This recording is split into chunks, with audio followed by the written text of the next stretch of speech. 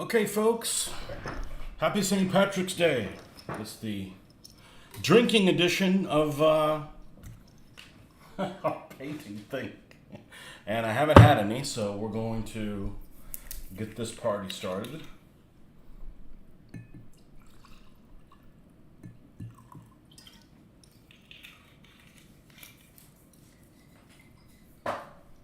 And we'll see how much more entertaining I can make this.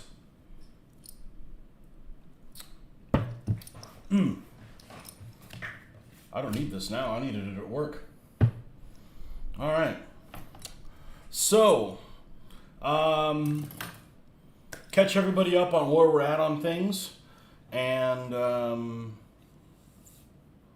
yeah, go from there. So yesterday, we worked on the 222 armored car. We got it almost all the way done. We left some optional parts off there because I have to make another one. So we're going to build the other one all the way up to this point. But we have some other things to do. I had given this Agrax Earthshade yesterday. And this morning I dry brushed it in the regular yellow. And I decided to mess with the airbrush. And I'm pretty sucky at the airbrush. I'm having some issues with it running it without the end cap, which is what I have read that you need to do to get some of the finer spray. This is a lot thicker, a lot wider than I wanted it to be, but this is going to be my little experimental vehicle. So I may just roll with it the way it is. It's not like it's horrible. We're still going to... I wanted to do the green as well. I wanted to do little wavy things, but I don't know. I may get another needle for it. The one I'm using, the one that it came with, which is pretty big. It's like a 0.35 or whatever, but I hate throwing money at the problem. But I did manage to spray this guy. And also this morning, I was productive. I went ahead and gooped the base for the T35. Now, I did something different, and while it was still wet, I pushed it in it, so I've got some markings of where the ends of the tracks are, and hopefully that will speed up the process of cutting it a little bit more. So we've got to paint this. We've got to paint this and let that dry so that we can do the Agrax on it, the JSU. Now that we can make stands that are JSU size. Actually, this one probably will work fine just for it. And what else? And we got the other 222 to do. And we're going to take a little break in about an hour or so, 45 minutes or so, to see how something else is happening. I've got to take a short break for something. So, Glenn Casey, first time chatting, long time watcher. Excellent.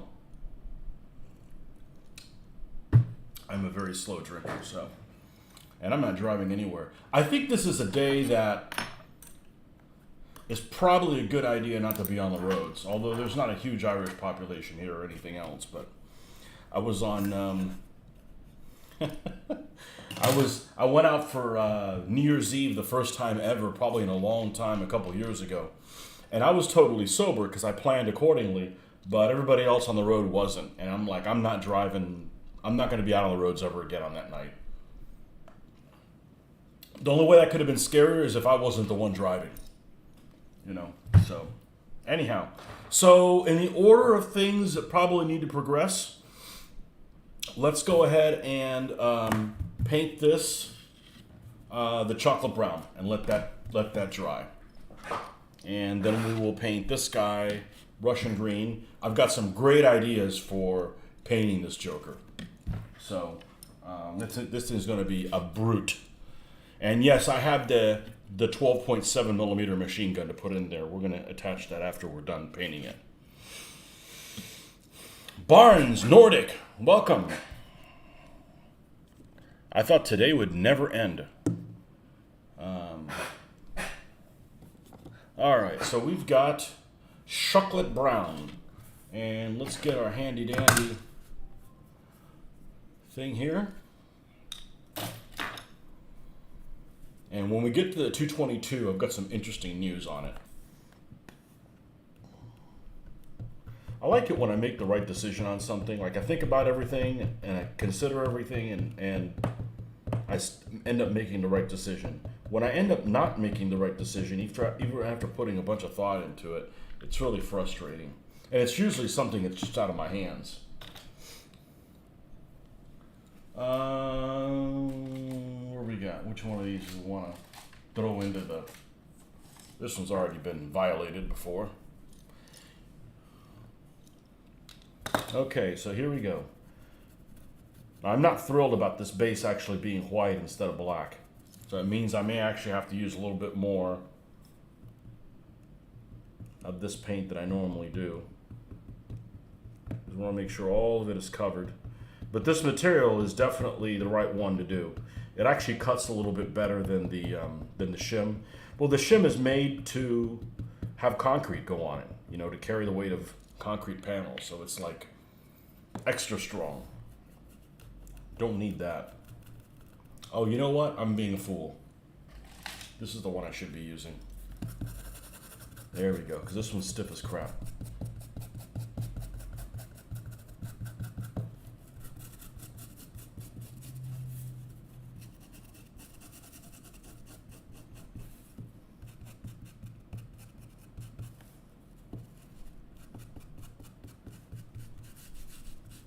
And this might need 2 coats on the edge.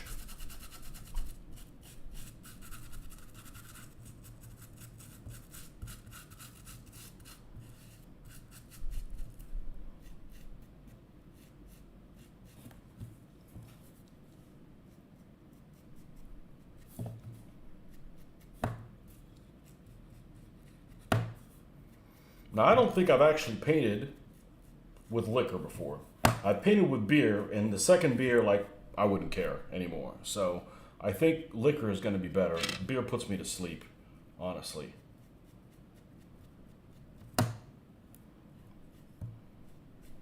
And, you know, the only reason I'm drinking is because, you know, in the spirit of things.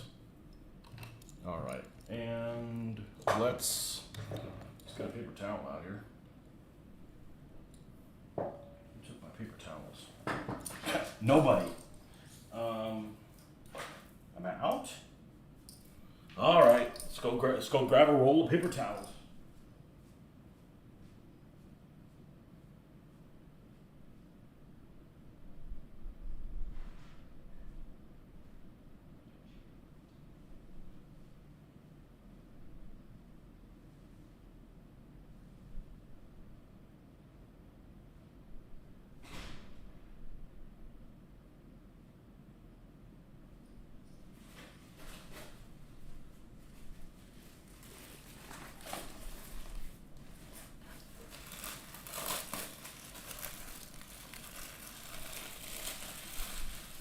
Should think about using the airbrush to spray the plastic card and the gel.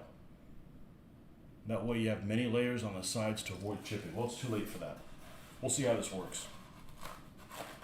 I don't like using the airbrush for more than I have to. It's honestly, even though this one is so much better than the other one, it's a pain. I spent about an hour trying to get it to work again. And the problem is that the nozzle, the stuff gets, I actually don't know what the problem is.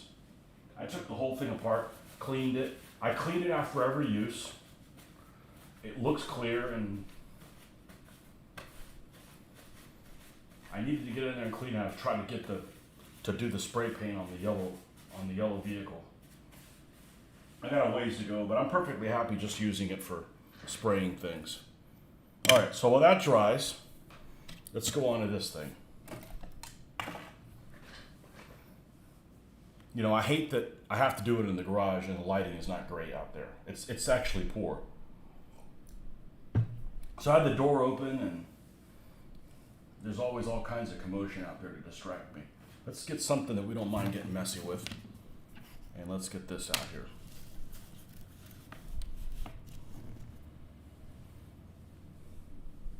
James Shevlin, welcome back. Watch a 2.5 hour one from the Lardies and feel the flow of the game is just what I'm looking for. Oh, did they have that little Weasley player playing? I don't care that he was little. He just seemed like a cheater. I've got no tolerance for that crap. All right. So let's grab Camouflage Olive Green, which this is the new one.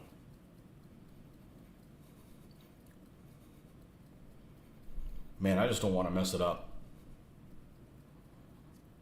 I don't know. So getting an even smaller nozzle. That's the weak point of the whole thing. You can still see like light through it, but it's super finicky. But everything else on it is pretty solid. Which weasel? I watched, there was, when they were doing Chain of Command, Rich was playing it with a little guy. Couple little guys.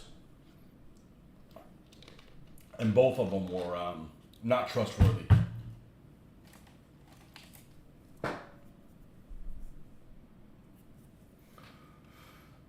All right, let's get some sales weasel. I remember the first time I heard that.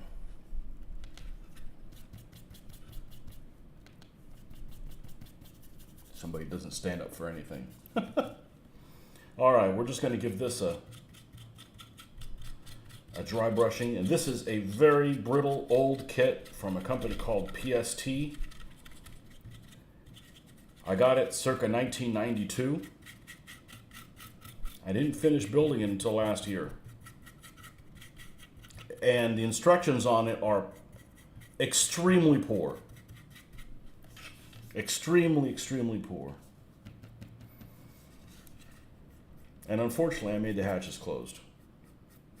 But S model makes this thing as well, so if I need more of them, we'll make one of them with the hatches open.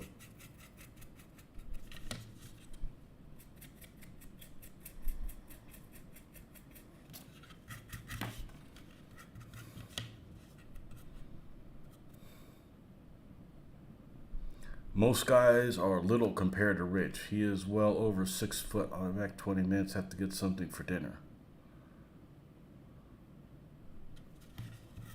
I'm playing Rapid Fire tomorrow. And I wish I was playing a Lardy game.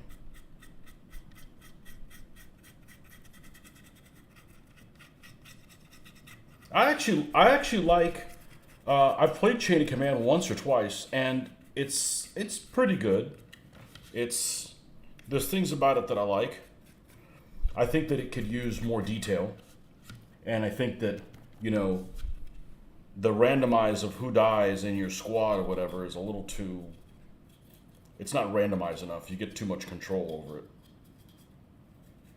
But there's a lot of things that I like about it. I mean, I don't prefer it to what I play, but... You know, it's probably the second best thing out there. For me.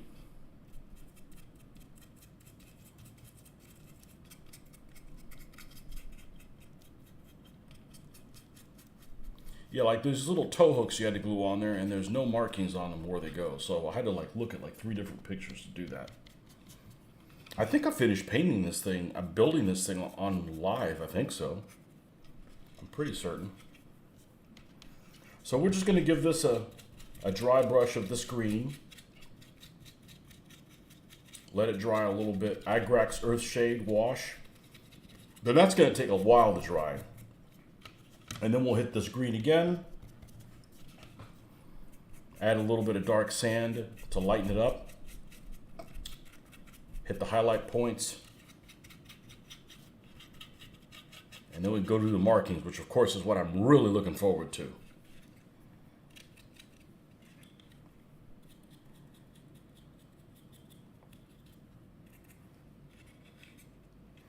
And this is a perfect vehicle for a skirmish game. It's got one gun that's very slow firing. The only machine gun it has is an aircraft machine gun, which means you have to be crew exposed to firing it. I ain't been shot in Chain of Command tomorrow. Tony, I would recommend What a Tanker. With all those tanks you've been painting, it's a tongue-in-cheek fun game. I don't think I could play it then. I'm sorry. I don't mind playing other people's games. I can't put this kind of effort into my vehicles and them be, you know, vague.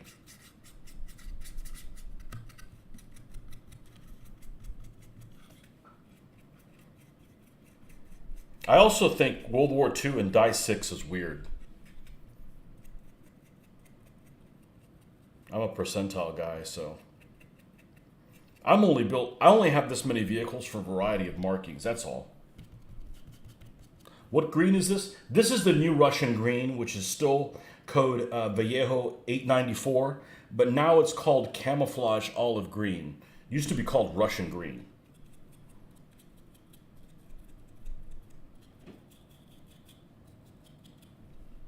This is the starting point on the green anyways. We're going to do washes and stuff, and it'll end up looking significantly different.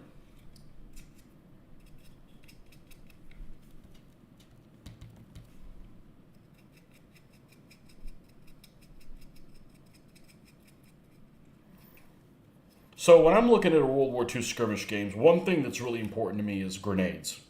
So I look at it from the standpoint of grenades. I have a friend of mine who loves and swears by Battleground. Battleground? Yeah, the Easy 8 Enterprises one.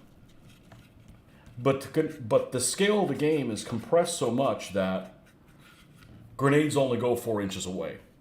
So if grenades go 4 inches away, I'd have to play with 10 millimeter individually based figures or something like that for it to even look close. But mine are 20s, the one true scale. So the scale of the game I play in is actual scale. It's, I think it's 1 inch equals 2 meters. So this is all close quarters battle. These are vehicles finding themselves in situations that they shouldn't be in to begin with. But it gives an infantry a chance. It's not one of these games where you just get shelled at long range and the infantry can't do anything. Just like DVA, everything's important. You just can't be like, it's Saloy, those are worthless, nobody wants them. Well, everything has a purpose. Everything has a purpose.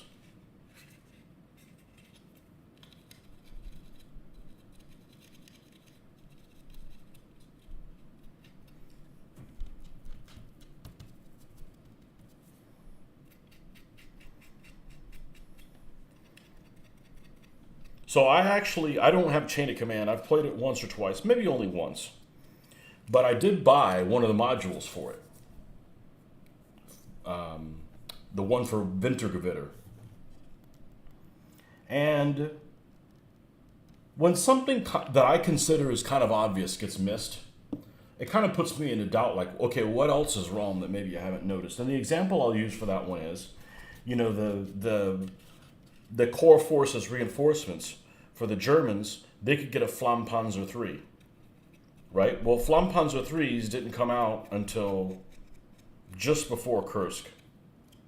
And Wintergewitter is December 42. So there's no Flammpanzer 3s that were ever painted, if I had to guess, in Panzer Gray, ever.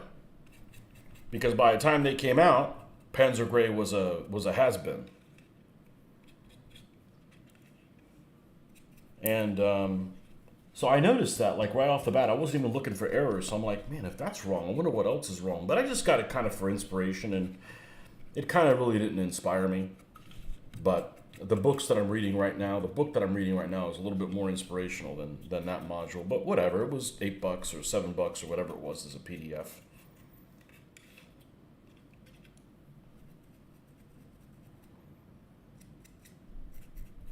But, I've done operational scale games. I've done other those things, and it just doesn't...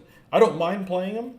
I'm just not going to build forces for it, because I feel like I'm putting way too much effort into the vehicles for them to be, oh, that's armor class E. What do you mean armor class E? Like, give me some extra actual millimeters. And that's the stuff that actually really doesn't take up that much time, but it's not everybody's cup of tea. I'm fully prepared to solo this. Now there's actually a little divot in that light, so we're going to try to fill that in with a Vallejo.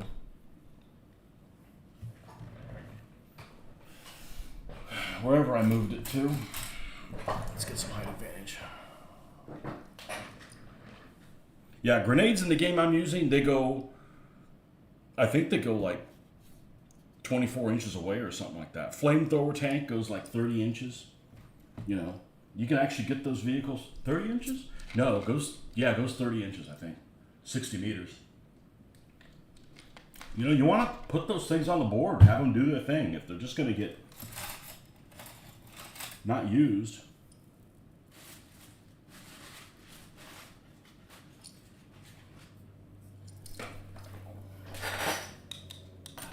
But, you know, all my figures are named, except my tank crew, because they're going to be reusable by other people as well. But all my figures are named. I would never think of not naming my figures. That's just something that I do.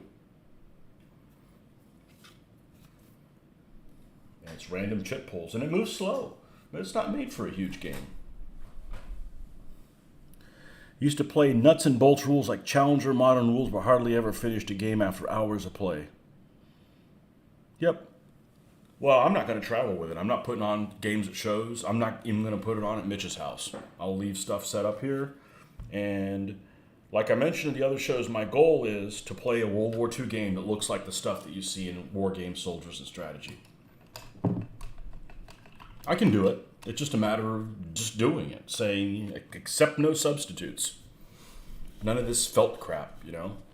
Other people get to play on a cool looking table. Why can't I? I'll make it. Okay, so that's all we're going to do as far as... Oh, we missed a lot on the bottom.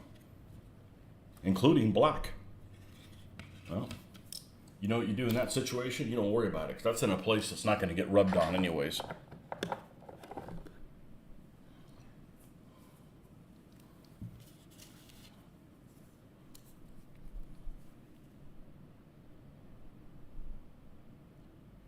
Yeah, of course. Oh, well. That happened the other night too, didn't it?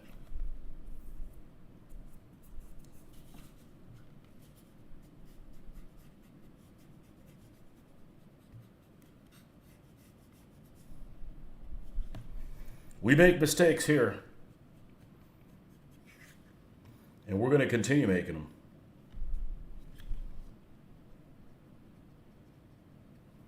That's just what happens. Yeah, I knew some guys that used to play Panzer, but they wouldn't use any infantry. I'm like, who the hell wants to play a game that's just all tanks? You know? It's just not very realistic. Yeah, it happened a couple times, but, you know, it's all important. Okay. We can set that off to the side. We can get rid of this ugly thing. Those two things are drying. So now it's time to go back to 222 land. And one of the things that I said was kind of a fortunate, I can't show you the picture, but one of the things that I found out was fortunate. There's several parts that I left off this thing because I want the two of them to look different. And I found a picture. You know, the whole front of this vehicle is very barren on this model. And I found a picture that showed a rack of smoke grenades up here. And I've got leftover smoke grenades that didn't get used on the Rodin kit from the 231 or one of those. So one of them's gonna have a rack of smoke grenades up here. You know, stuff like that. But we can worry about those things when we're to that point. These are just the optional pieces. So we will, since that's still drying, we will hop on the 222. And I really don't like hopping all over the place, but it's either that or you just have idle time with nothing to do. Let me check on one thing. I do not think it's ready.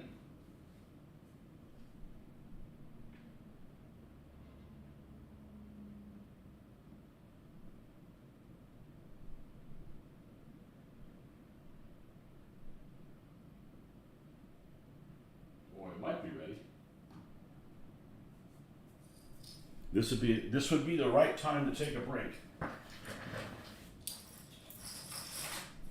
Let's go ahead and put one of these, or is this one clear? That one's clear. We don't want to build on a surface that's congested with things that are distracting.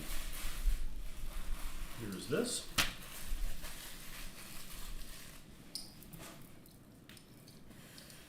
Off to bed, have a great weekend. 3-hour drive tomorrow morning to the Lard Games. So that's some shut-eye.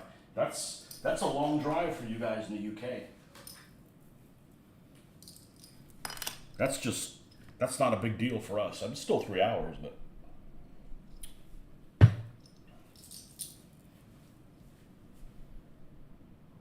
Okay. I will be right back. We're going to take a small recess, and we're going to put intermission on here, and we'll be back in a few.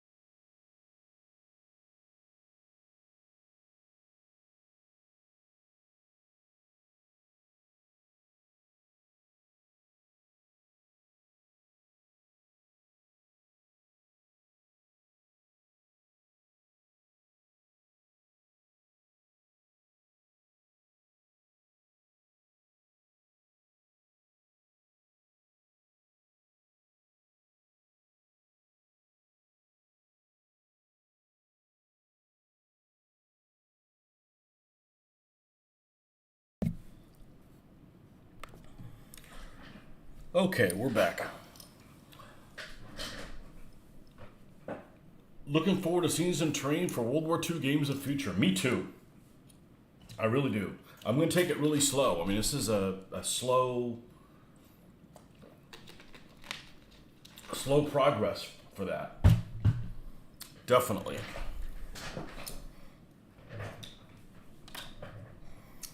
Okay, so back to building this thing. We already did one of these things, and I am not impressed. I am not a DML Dragon fan. Actually, today, if you know, it's not that it took a long time to do this other one yesterday because it was fun, but it was Marcus. Welcome. Happy St. Patrick's to you as well. I It has a lot of parts that are very delicate that I don't think are going to be very durable. And I don't think I would buy more of these. I would buy the first to fight ones because like this gun comes in like 2 pieces instead of like 6. And there's a fine detail, but I don't know that. Anyhow, that's just my 2 cents worth. They're definitely not for beginners. I can handle doing them, but they're pretty involved, to be honest with you. All right, do we need to turn down the fan a little bit? Because in doing so, we're not going to have this thing flying all over the place. Okay. There we go. All right, so part number 1. What do we do? Lower it too much? Well, we're okay for now. Part number 1 is the bottom chassis and A5. A lot of these pieces are just really delicate.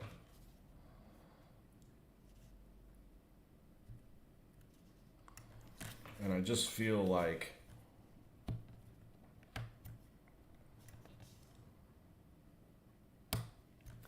I'm having to spend a whole lot of effort.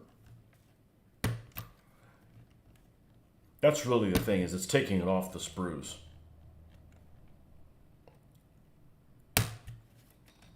And the clip, I don't know that I gain anything doing the clippers. We're cutting it far away from there. All right, we'll do that. An good old A22, which is sitting over here, and just some parts are just like this machine gun. It doesn't even look like an MG34. You know, it doesn't look like one. So S models have been my favorite.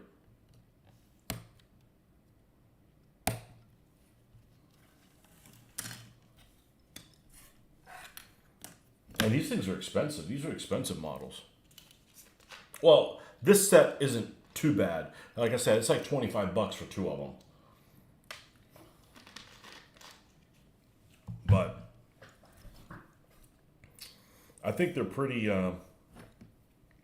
they all have their problems. The Pegasus ones I thought were garbage when I opened them. They fit really nice together. I don't know how that's possible because they look horrible, with the plastic being a weird shade and transparent, but they work. So that I was pleasantly surprised. But you got to be really careful with those, taking them off the sprue, or you're going to end up with something that you're going to have to fix because the plastic is very brittle. I think the best ones are Plastic Soldier Company. The plastic has a little bit of spring to it. It's thicker than it should be, so it's durable. You get a lot of options. That's my favorite one, and S model. S model, you just got to wait forever for them to ship it across, the Pacific Ocean. Okay, so this guy's done. Put that guy off to the side. The suspension parts here.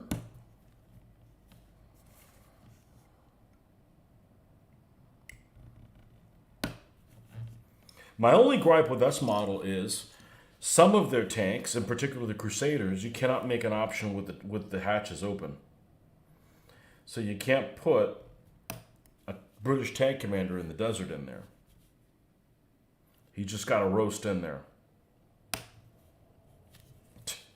It's no way getting around it. You return. Me too. We shouldn't have an interruption like that.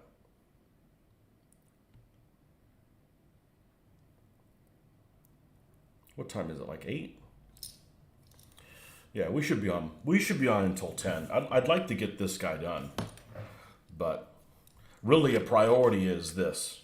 After this is dry, I'm gonna let it set a little bit, and then we're going to give it the Agrax Earth Shade, and that way we can mess with that in the morning.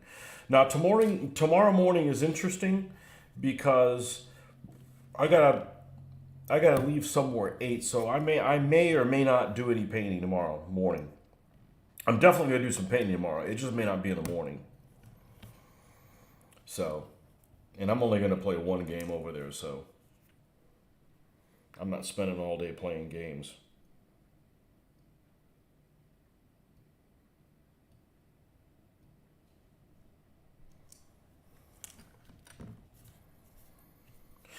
All right, this is facing like so.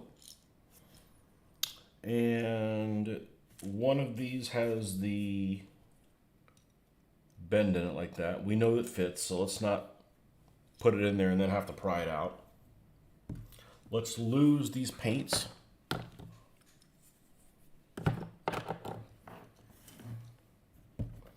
So I was disappointed. Everybody at work, I was the only person at work wearing green. And, you know, going to school in the freaking 80s, there's no way in hell you're showing up to the freaking school not wearing, to work not wearing green.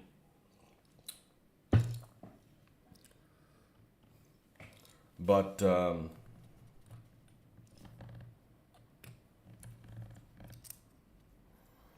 now we live in a land of tolerance and you can't bully people and, you know.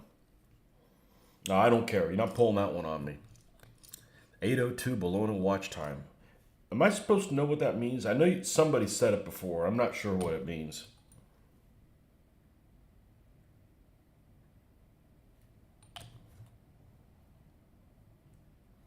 Baloney. So you didn't hear what I said because you were out of the building. I didn't know that. I did not know that, Nordic. But remember how I didn't do some of the options for the 222? Because I wanted to make them differently? I decided to surf some pictures today, between yesterday and today, and one of the 222s I saw a picture of has a rack of smoke grenades up here. And I have some left over from the rodent kit that were extra. You know, the rodent kit was one of those that you could build several different vehicles out of it, and you didn't need those smoke grenades. So we're going to put smoke grenades on the front of one of these. Let's make them a little bit different. I think the one thing that's common to all of them is they have the ubiquitous, hey, we get to use the word again, shovel that's up here on every one of them. It's from a Three Stooges bit. I had never heard it before. And I know, I like the Stooges. I don't like black and white, but Stooges were pioneers. Okay, and then we've got this little thing. I'm going to go ahead and bend it like I had to do the one yesterday, so that we can bend it around across that rod. And look at this one. This one does not have divots for where this piece attaches like the other piece does. I'm not impressed with Dragon. Sorry. Sorry, Dragon fans. That does not mean I won't build another Dragon kit. I'm just saying that I expected these to be better. I expected them to be better. My own fault for expecting them to be better.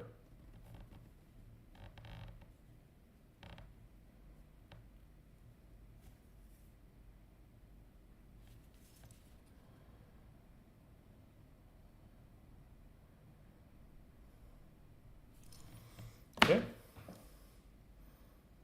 And we have plate A19. Good old plate A19. She's right over here.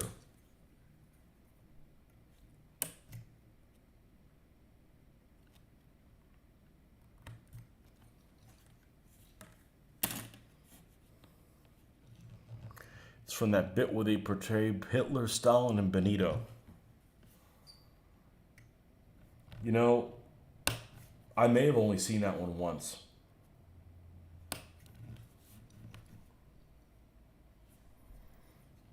My favorite bit, though, there's a lot of.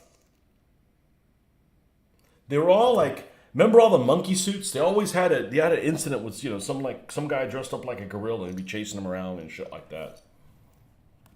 And I remember when Curly ends up having the bow that would find gold, and he's like, it doesn't work, and he like accidentally shoots it and ends up hitting Larry in the pocket. He's got a gold pocket watch.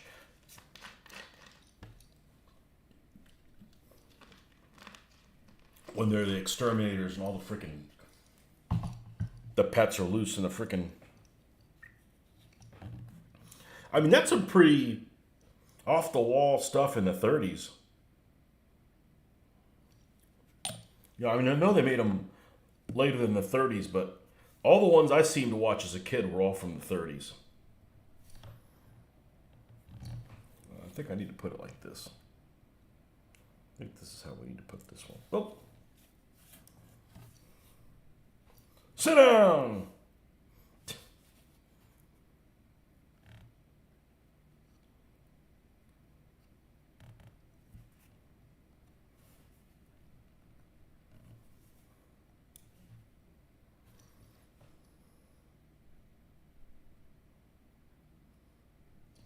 Yeah, that one's tapered like that. Never built a DML kit. Good. You call them DML2. It's weird to call them Dragon. DML. I'd like to get one and see how they go together. I lie. I have built some DMLs, but they're the 1/35th scale figures. I remember the world before DML. I'm still a Tamiya fan, though.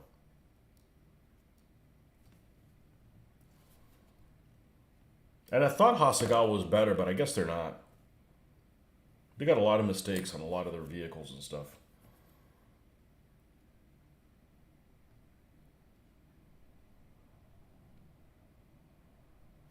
I don't know why that one's not. Well, it looks like this. We'll just leave it alone.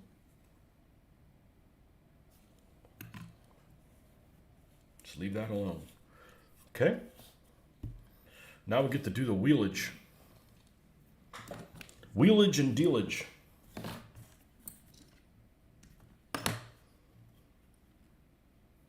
I can't say that I've seen a single episode of The Honeymooners.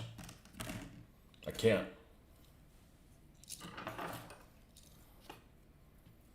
Never watched Laurel and Hardy, especially that routine that's annoying as fuck.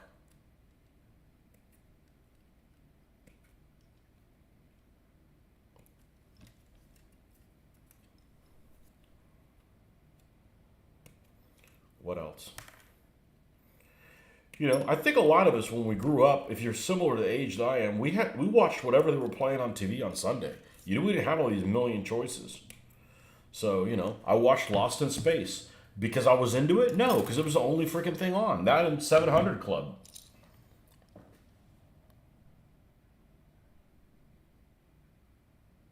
Tamiya makes a decent product, but I have complaints about them. They still cling to the antiquated rubber band tracks. They lack details a lot of the time, and their engineering is too perfect. Why'd you dump that girl? The sex was too good. What? Engineering's too perfect. They shouldn't have flash. That's their job, to get rid of it.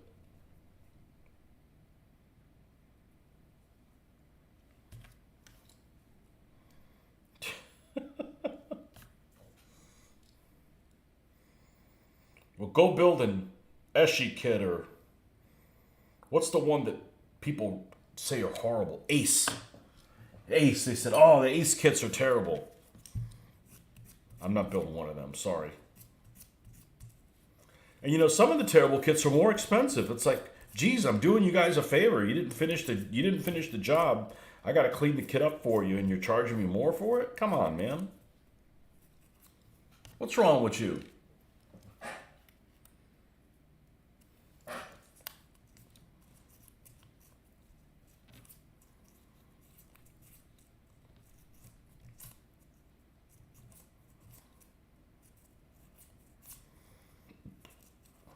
This plastic's kind of brittle. Not a fan of that. But really, the worst thing about it is taking them off the sprues. You know, it's sort of, I was the Pegasus one scared the crap out of me too. I didn't have any problems. You know, sometimes treating things with respect and being careful, knowing that you're only allowed one mistake and it's over, and then you'll have to fix it is kind of, you know, all the reinforcement that you need sometimes. Yeah, we're going to drill these things down a little bit, just like we did yesterday.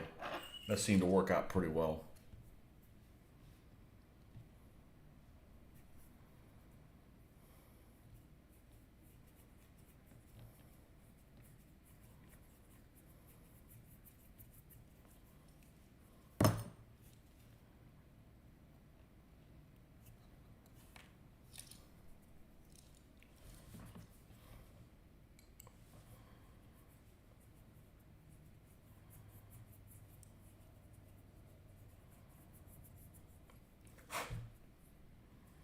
I hate having to use putty.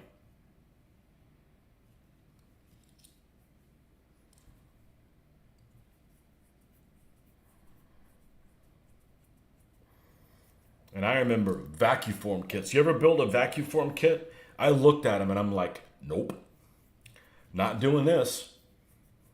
You know, now I'd actually be tempted because there's probably videos on how to do it.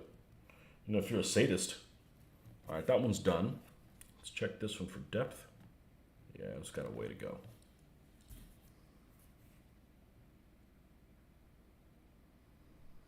Does anybody anguish over, anguish is a pretty strong word, but cogitate. I'll tell you what, you know what I love doing? Figuring out what project I'm going to do and then go to Old Glory or whatever and then like, okay, I'd want a pack of these and then one of this one and then one of this and then look at how much it's going to be, how much it's going to be with shipping, and then just walk away.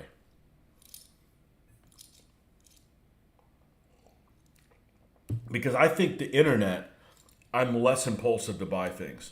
If you go to a war game show or you just happen to be in some town and they had a store back when they did like in the 80s and the 90s, you bought it because that's what they had there.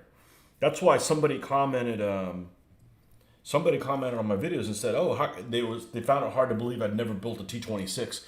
Well, first of all, I hadn't touched these models in 20 years. Okay, so stuff that's happened in the last 20 years, I'm kind of out on the loop of them. And no stores had T26s. So that's the only reason I didn't have them. I enjoy the crappier stuff, you know. Always have. You got to appreciate the good vehicles. You can buy the crappy ones. That's what I'm doing right now. I have no plan to walk away because I don't have any Napoleonic Wars miniatures to paint. Yeah. Start small. Buy one pack. I mean, yeah, you blow it on shipping, but then you don't overbuy.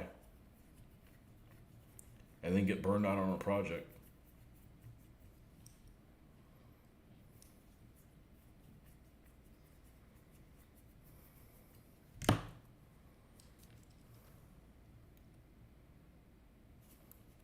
I just don't want to play any more vague games. I'm tired of playing vague games. I like games that inspire me to read about the history. And if it's Napoleonic, I'll read about Napoleonic history. You know, only reason I don't have Napoleonics is the group that was playing them when I was a kid, they were kind of cliquish and they were an older group and, you know, it just wasn't really a good fit. They weren't bad guys or anything. It was just kind of, I was just a 16-year-old kid.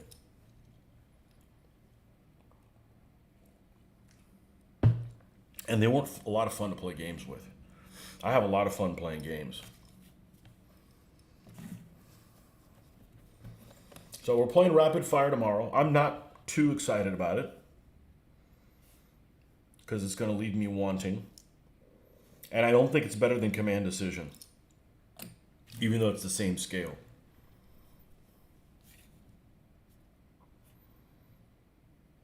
There's just not a lot for people to do, the other side to do.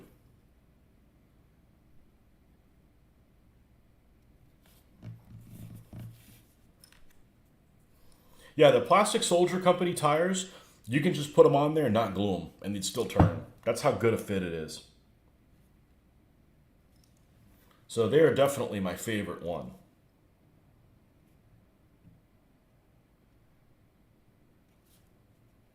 I came close to ordering some Panthers. But I got 2 to paint. I got a 1 to repaint. It looks okay, but we can make it look better. And I've got 2 to repaint and 2 to paint. The 2 guys I play miniatures with are both north of 60. That's okay. I was always like the youngest guy playing in my group. And other than Luke, I still am.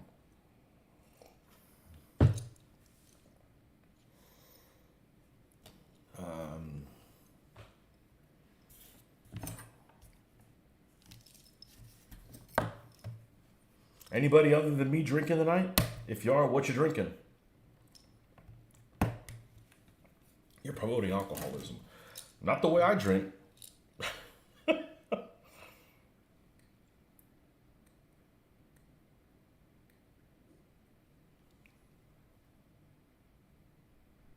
Nope. It's fun to be responsible.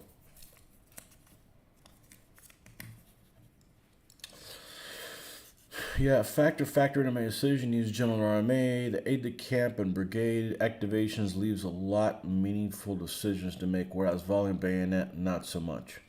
Yeah. Got to play a game that has some meaningful decisions. And sometimes the meaningful decisions are hard. Well, that's part of the fun.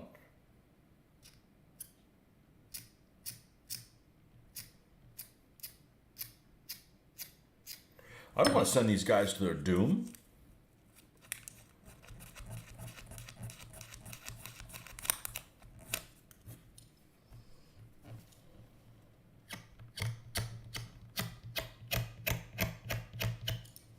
Marcus, what kind of work do you do in New York? I know you're not originally from there, but you don't have to be specific who you work for, but are you in finance or... I figure you probably are or something like that, or you wouldn't live there.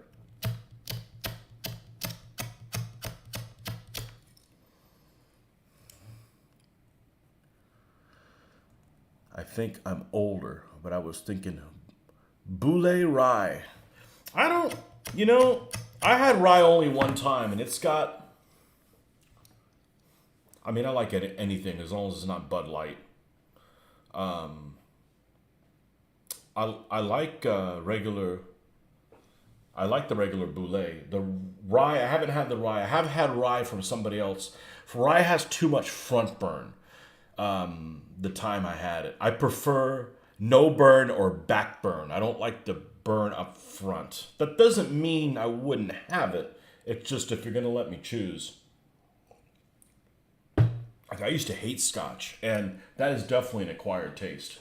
And I like it quite a bit, actually. I mean, I never drink. I like to talk about drinking, but I never drink. Because I'm always thinking.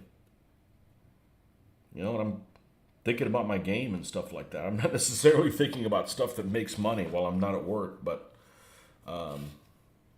maybe that's what keeps me young. I don't know. I'd like to think that's the case. You're in finance. I own your own investment company. I'm pretty active in management of the company as well. Mostly CFO-like work. If you want some wicked burn, try absinthe. I've never tried it. But I'll tell you what, I am not a vodka fan, right? Roger B, yeah. Outstanding. Yeah, I've also got some, I'm drinking this because it's the most Irish of the things that I have. But I also have got some Glenfiddich as well. Which I honestly prefer the ones that are peatier. But I'll drink anything. As long as it has some flavor to it. Not, Bud Light or some crap like that. Say, oh, American beer is terrible. Well, I think anything that's mass produced is no good. But anyhow. Welcome, Roger. I've never had absinthe. Oh, so I'm not a vodka fan, right? So the last convention we went to in November, in September, we came back from dinner and they said, hey, go to that table. They've got some bourbon. And, I'm like, oh, I'll have some bourbon to sip on or whatever. They're giving it away. And this guy's like, I'm out of it, but I have Russian vodka. I drank Russian vodka straight. Now, you have to understand, I drank it like I'm drinking this, just sipping on it, enjoying it, letting it, and I'd had 2 beers at lunch, at dinner time, and the vodka actually sobered me up. I won't feel this because I'm just kind of enjoying it, it's just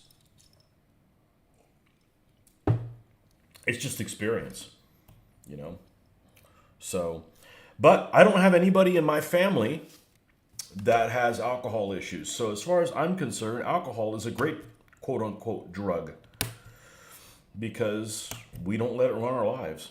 And as a matter of fact, I don't remember the last time I had a drink prior to today. It may have been, oh, I know what it was. I went to a concert. And so that was like 2 or 3 weeks. I had 2 beers. I just never drink. It makes me sleepy. Pour you a glass of Jameson. Having me a glass of Tullamore Dew. Oh, that stuff's good. That stuff's good. Yeah, I like that.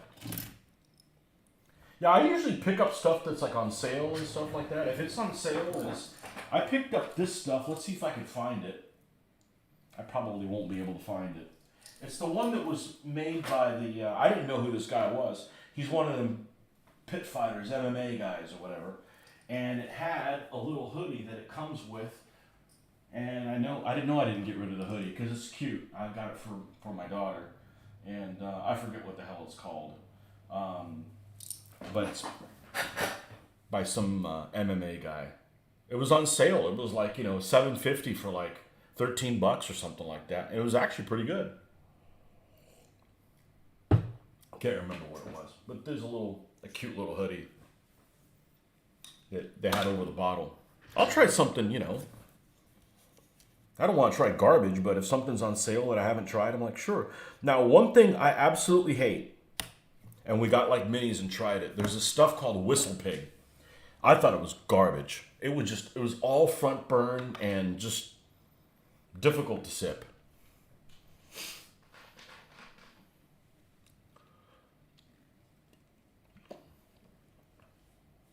My family, unfortunately, has a history of alcoholics, so I avoid drinking. You think it's catchy?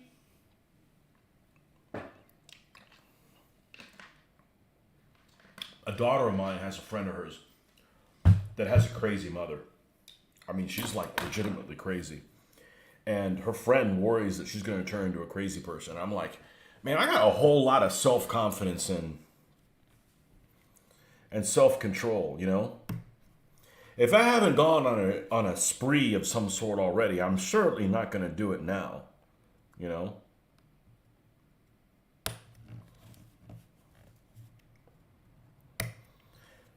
But, just like, oh, I don't want to drive. I don't want the responsibility. I'm like, I would prefer to drive all of the time for every reason, constantly. I'd even fly the effing plane. I mean, obviously, I don't know how to fly a plane, but,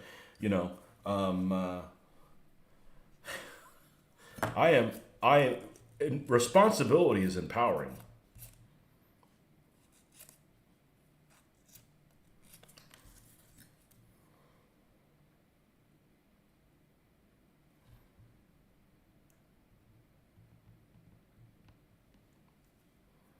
And I like to drive because I like to say, okay, I don't want to get close to that guy. Instead of like being stuck with somebody in the car that wants to get too close to the person in front of me.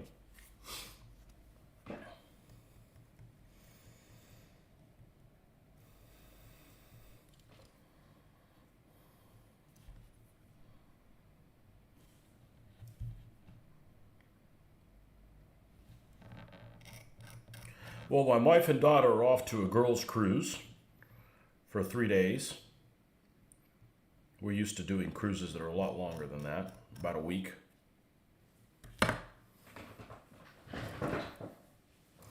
And I like to drink when I'm on the cruise, but I rarely have a buzz because you can drink as much as you want if you get the drink package, so there's no reason to overdrink.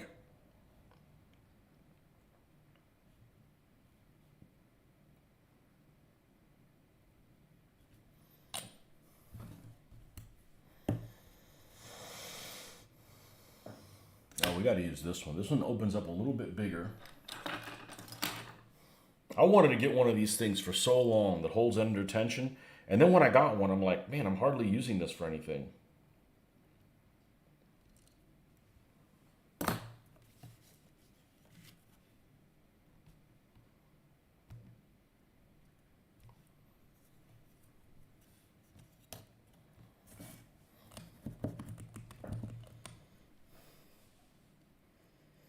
I'm just procrastinating on buying some 10mm Pendragon.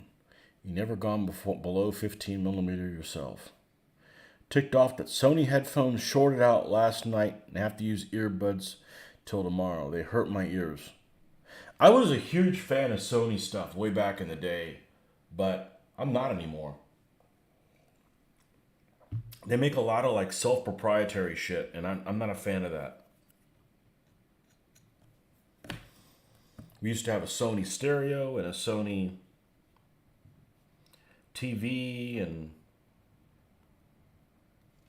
a camera. Oh, they use different memory cards than everybody else on the camera. Screw you guys.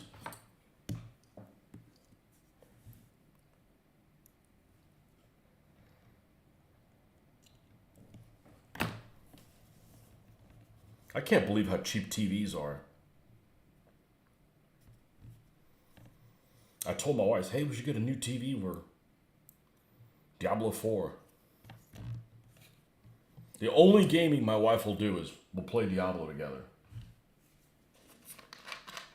Couch co-op. Big fan of that series. Okay, we're going to leave these optional parts off as well. I feel like this one's going together a little faster.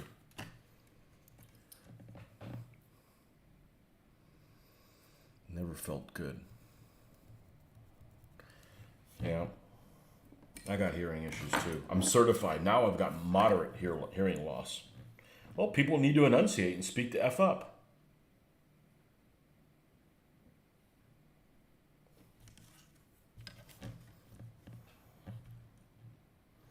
Okay, this is A7 and A6 on the far side, okay? Now these two guys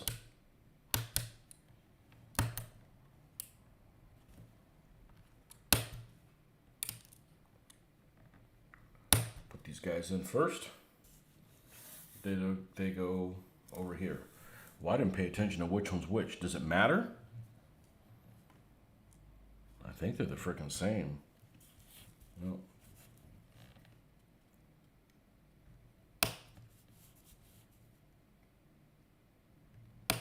I've never tried a first to fight model, but I may do it as soon. I need to stop buying stuff. Although at least I'm building the stuff I'm buying and just finish where I'm at.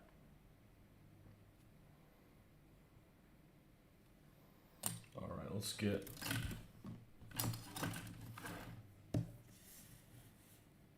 this guy right here.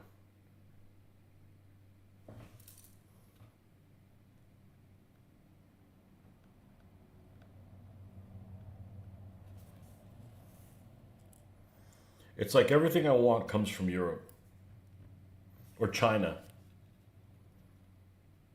model-wise.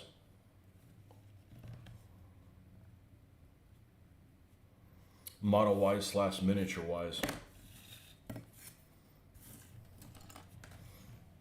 And there's a lot of stuff that the Chinese do poorly, but the model kits I built are not some of them, which really is...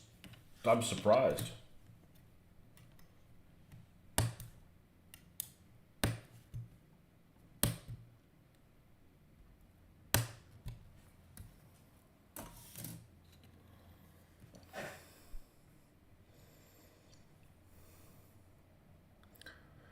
Buying miniatures instead of finishing Blue Moon stuff, Tony. I never checked a miniature in disgust, and I did that with those Blue Moon AWI. You threw them away?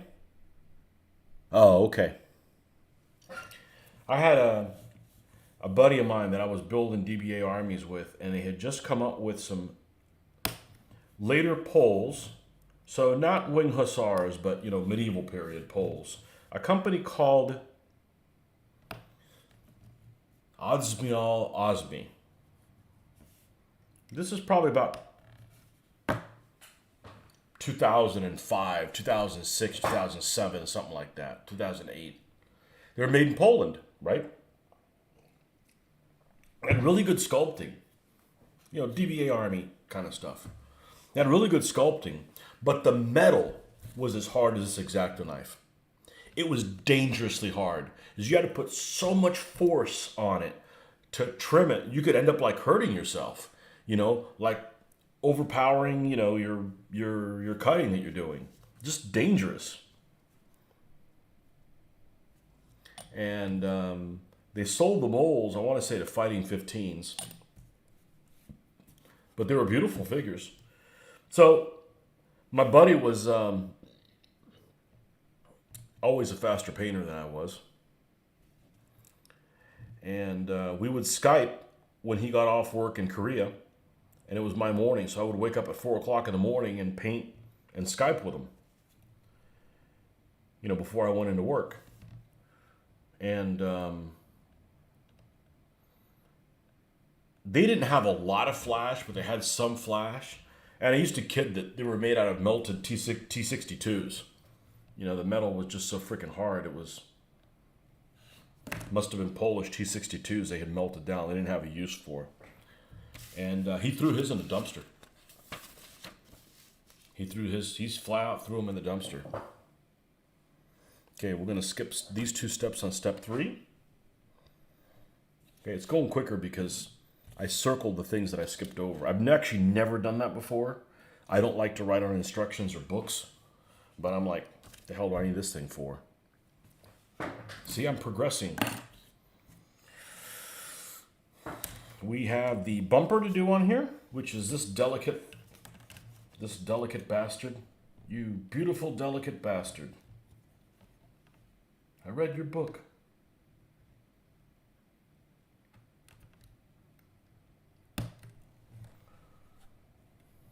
Okay. And this piece right here.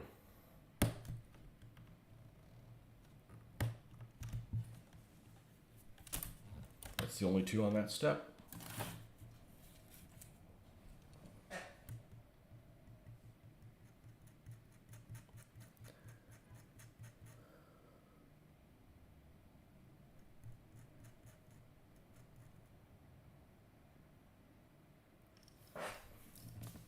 There is no point in working on something you're not happy with. Because whatever the miniatures cost, I think they're really cheap compared to the effort and labor that you're putting into painting them.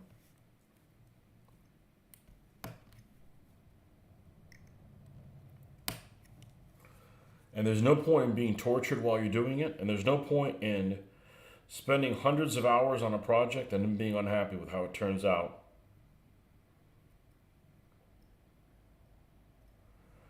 Because the miniatures are subpar.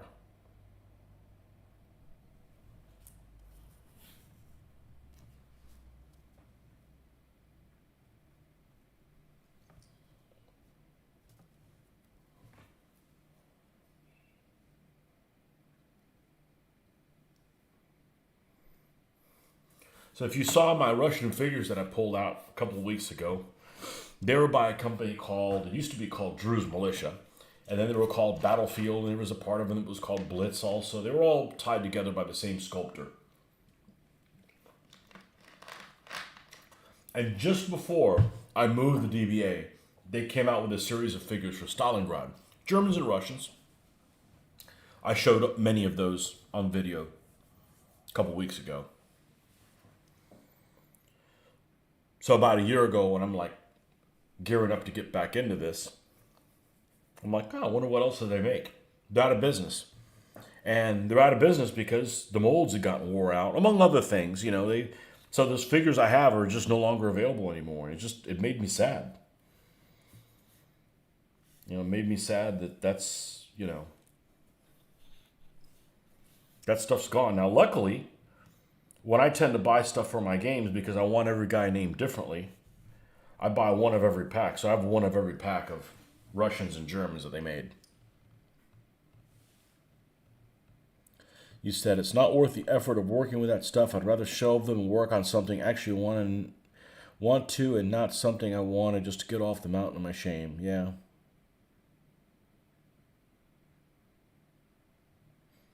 It's the quality control lacking. Yeah. Bad QC.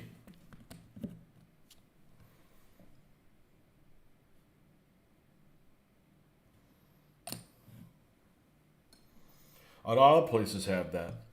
You know what I don't like doing anymore? I don't like going out to eat. It seems like half the time you go out to eat, there's a problem. They're out of shit. There was a restaurant that they opened, kind of a quick serve type restaurant that they opened here in town that was really good. Give it 3 months, it sucks again. You know, it's like, it's just sad. I just don't want to go out to eat anymore. You know? You pay a lot of money for attitude and lousy food. And it's a lot more expensive than it was 5 years ago. And they're paying people to work there and put it together for you a lot more than did 4 or 5 years ago. And it's worse.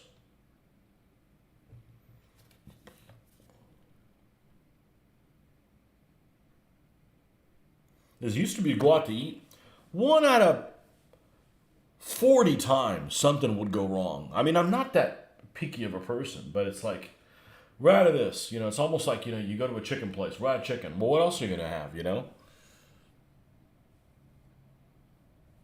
I don't think QC exists anywhere anymore. You're right. Yeah, it's sad.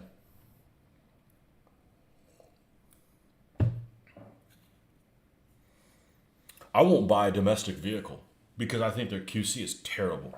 And it's sad. I think that the best vehicles in the world should be made in this country. Why the F aren't they? Because they don't care.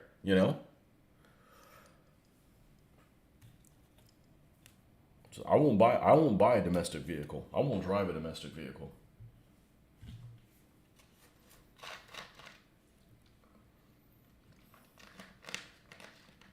You're gonna give it to me, sure, but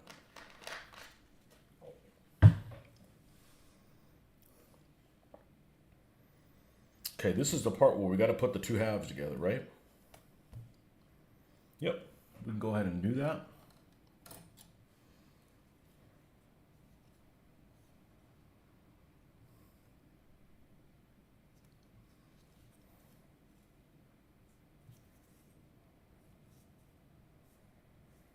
Okay, this is the piece that needs to be taken off the front. Roger B., what part of the world are you from?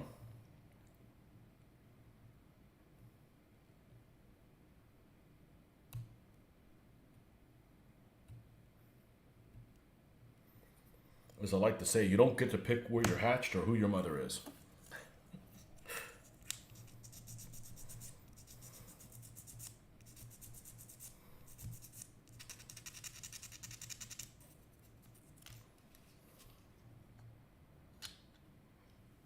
Make sure we got a nice fit.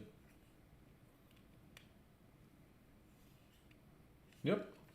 All right, I need to get more hair bands. I only had 2 over here. Go commandeer some of my daughter's hair bands. I'll be right back. NEPA. The hell is NEPA? Oh, Northeast Pennsylvania? Northeast. Okay, so you live over in by Nordic. Old Glory 15 quality has risen since they started to cast to order. You talking about 19th century miniatures? We did a large order a while back, and a long time ago. The quality of metal sharpness in the castle is great. I generally am a fan of Old Glory. Now they've got one of the sculptors that likes these big ass bug eyes and cheekbones, but I generally like Old Glory 15s. Be right back.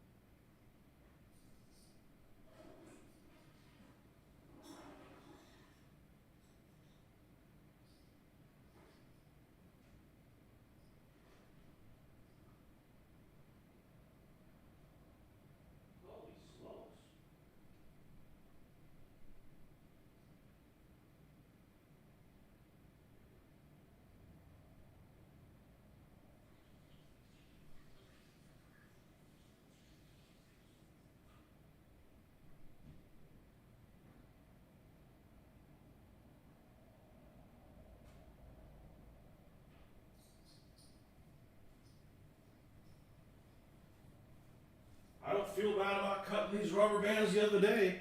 She's got a shit ton of them. Now, I don't know that she uses them that often, but these are like perfect for hobby stuff. Lehigh Valley. You know, when you say Lehigh Valley, the first thing I think of, wasn't there a railroad line that was called Lehigh Valley? I think so. I used to do, my dad was really into railroads. But you know, a wise man once said, you can't be into everything. You know, if you do, like I can't do 15 millimeter ancients in this. Neither one will get done enough. So.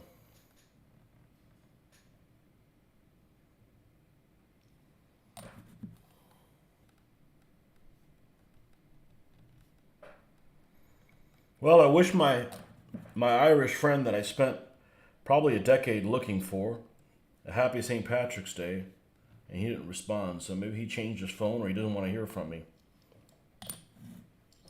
Fuck him, I'll still have a drink for him.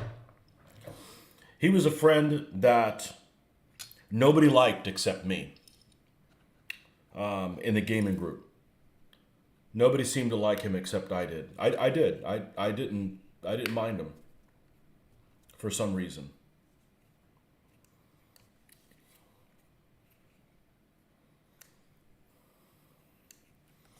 I had some good time playing. I had some good times playing with him, and you know, it's very difficult to find someone with a name as common as him.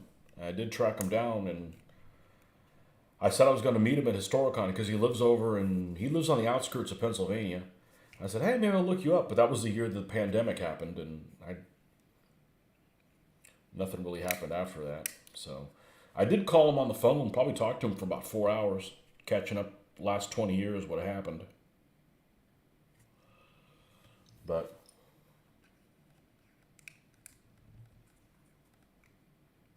he's the guy I love to play Third Reich.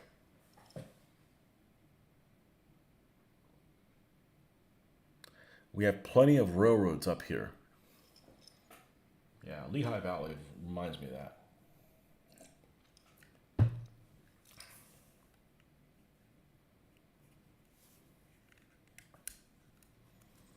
All right, we got to be careful doing what I'm about to do.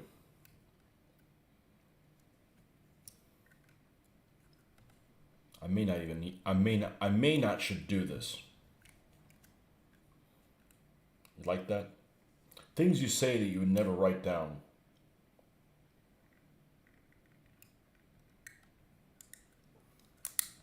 Hot potato. All right, excellent. Now, yes, I can see that in there. Well, I think I can get away with doing it here. And nobody's going to be the wiser.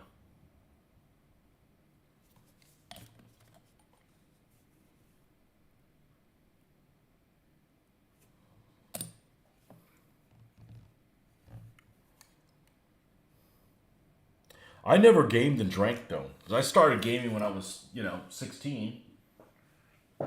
My parents were pretty strict, but they probably wouldn't have a problem with me drinking, which is probably why I never really abused it. So I never put the two together. Gaming is like my favorite thing to do. I don't need to drink to play my favorite thing.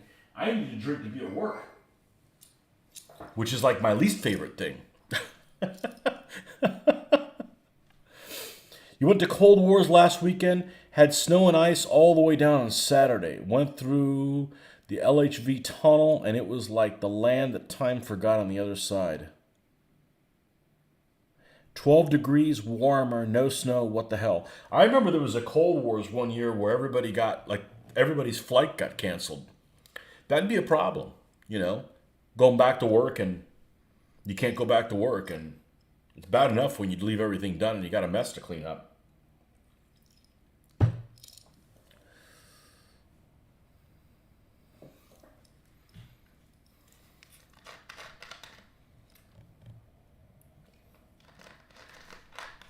The part of Pennsylvania I've driven through is beautiful. There's parts that suck. There's parts that suck in every state. But the area around Lancaster is beautiful. Now, the road net is terrible. I don't know who decided that you can make, you know, a highway or a county road, or we call them county roads around here. When they stop, they go to a T on another road. If you have to pick up that road somewhere else, it should be called a different one. That's really confusing. Like, I remember we had to drive from, I think it was from Baltimore to Lancaster or something like that. It was a mess to get there. There's a lot of change of this, like old goat paths. That was at the host. Yeah, I wish the host would just burn down. Nobody's got to be inside of it. It was pathetic. It was pathetic. The last time I went in there, it was pathetic. I worked too hard at my job to have to put up with shit like that.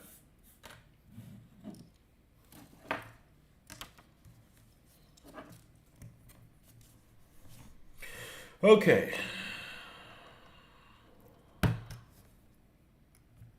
The downtown, the new location in downtown Lancaster is awesome. And I'm just like, I'm going to eat all my meals at the Irish place next door, whatever the hell it's called.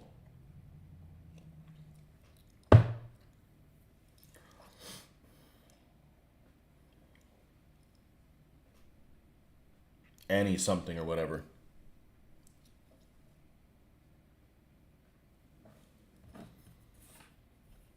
You watched any TV lately, Nordic? Have you seen Community?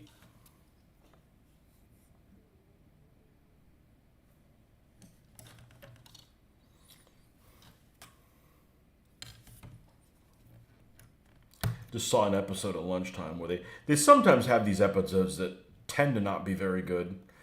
They'll do like, video game themed or Muppets, or this one was done, all the characters were in a G.I. Joe thing. There's a dream sequence, and it was pretty funny.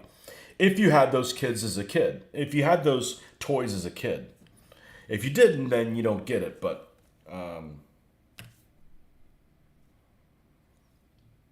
A25, where the hell is A25? A25 is right over Chia. Okay. And this is the one that has little old A26 also, which we left off, right? I think this is one that we're going to put on later because we didn't know how it was going to go. That's correct. So it goes into the receptacle of things that we will deal with at a later date. I am not going to Historicon this year. We're supposedly taking, I don't want to keep talking about it because then if it doesn't happen, if it doesn't happen, it's out of my control. I don't want to have to explain, well, you said you were going to go. Well, look, when I say I'm going to do something and I'm not able to do the thing that I said I was going to, trust me, I'm fucking pissed and I don't want to relive it. I don't like to say that I'm going to do A and then not do A. That's just not my personality.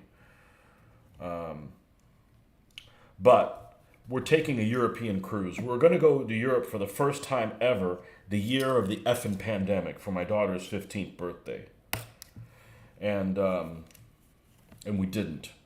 So this year we are going on an 11-day European cruise. It starts in Venice, or we've signed up to do it. Who knows what's going to happen? It is over Christmas, which, there's not a lot of daylight, but I have a whole week of time off that I don't have to plan for. And I'm a spoiled American, so I like air conditioning and cold when I sleep. It might as well be cold outside. So it starts at Venice. It hits one place I can't think of right now. Dubrovnik, Malta, Naples, Florence, the port of, I wanted to call it Ostia. The port, whatever the hell the port is, that's Rome, Marseille, Mallorca, a couple places in Spain, I think Malaga, and outside of Cordoba, and ends in Lisbon. So, but I've never been to Europe, And you know, we'll go unless they put some kind of restriction where you got to wear this, that, or the other. I'm just not going to go. You know, we're not going to go. We're all kind of in agreement. The last cruise we went on was a couple of years ago, and we almost didn't get on. And it is extremely stressful to put up with that shit.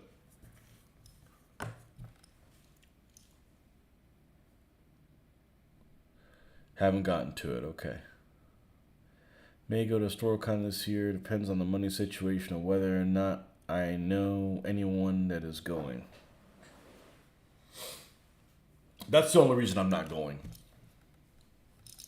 You know? And I'm not going to play, I'm not going up there to play tournaments. I just go up there to hang out and play demos. Do another walkthrough. That was a shitload of fun. I don't know if you guys have watched the walkthrough that Mitch and I did at Historicon. That was a lot of fun to do. And I really wish I could have done more of that. You know, because I know a lot of people didn't go, and that has a value to folks that didn't go. You know, they get to experience that kind of stuff. So,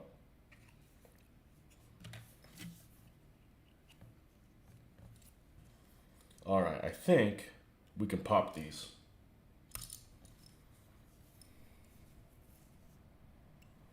But I don't need to go to shop.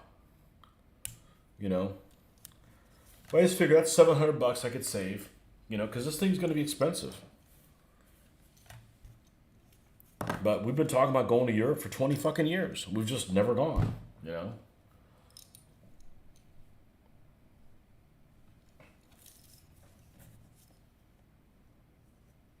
And it's just a way to see a lot of countries and go like, I don't want to go there again, you know, or I do want to go there, or, you know.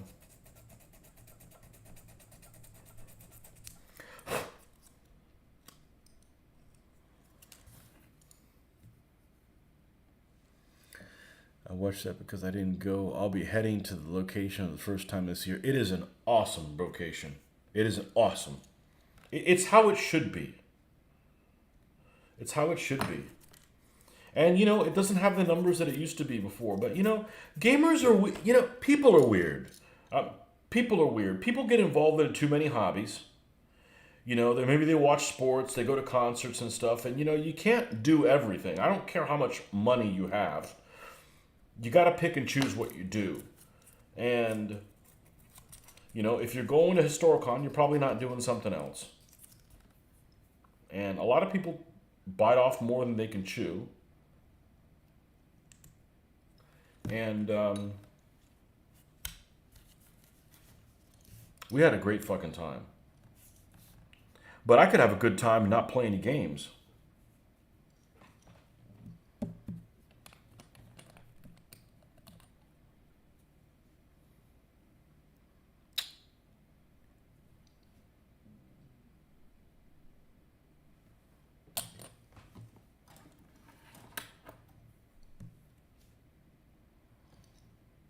Some people watched it and were not happy that some of the comments that we made. But you know what? I'd rather be honest and just pretend that's who I am in real life. There was a guy that I met at a car show. He's a guy that does reviews, and my videos suck. Okay, I don't want to spend 4 hours editing a video. It's time that I'm not painting. Okay, I'm not a video guy. But this guy, I met a guy that at a car show who is a car show guy. He does reviews all the time, and that was the highlight of the show. I got to meet him, and not because I'm a groupie type person, because I'm not. You know, because nobody's shit doesn't stink, right? But it was cool that this guy was the same way he is on his videos in real life. I appreciate that a lot. I appreciate that tremendously, that you are true to yourself. And yeah, he does car reviews. I think he does it for a living. He does a fabulous job of it. I actually purchased the vehicle that I did because of the video that he did on it. And I told him about it. I didn't know he actually owns one. That's like why but he does all kinds of stuff. I mean, you know. But I'm not a video person. But I'm like, I have some insight that, I have some stuff that I know, but I don't want to spend a long time editing. If I do that, it's painting. It's hobby stuff that I'm not doing. I'm never going to be as good at doing videos as I am painting things. So I just, you got to specialize. So, but they are fun to do, especially if it's something that people couldn't make it to.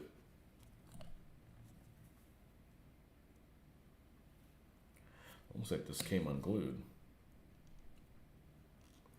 Maybe. No, we can't do it yet. It's too soft.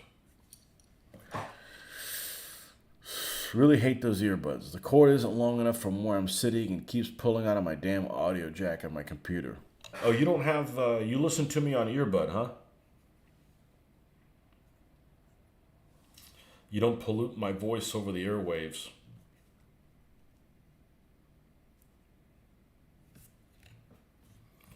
I know you live with other people, Nordic. Are they gamers? Do they game at all? Or they're just fellow uninteresting humans?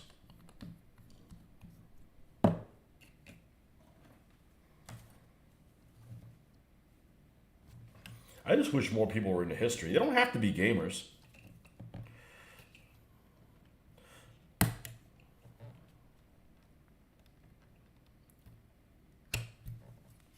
Okay, let's see if this horn is crapped out or not, or it has a little post.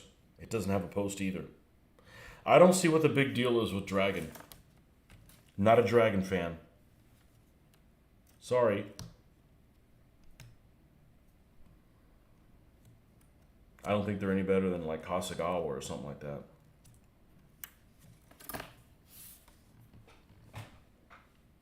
Now, I don't really like Tamiya paints. I did way back in the day, but I don't really like them. They're too finicky. You have the stream up on the TV and typing away on a laptop. The missus is sitting here reading the paper supporting Tony's trip to Europe. Reading the paper supporting Tony's trip to Europe. I'm going to tell you something about Europe. I've never been. I would rather never go, but still have the technology that we have now that we get to interact with people from Europe. Than be back in the 80s where, you couldn't communicate with anybody there until you were there, affordably. So we live in a wonderful time. We really do. And I used to think that, Americans are stupid.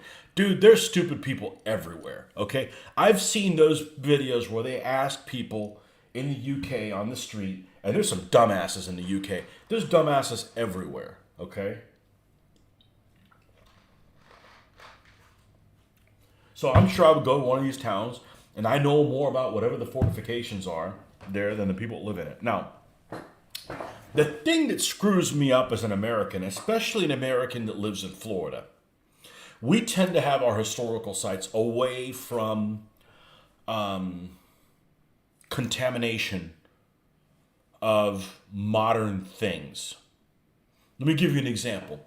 What's the oldest thing that we have here in Florida? Or one of the oldest things we have here in Florida?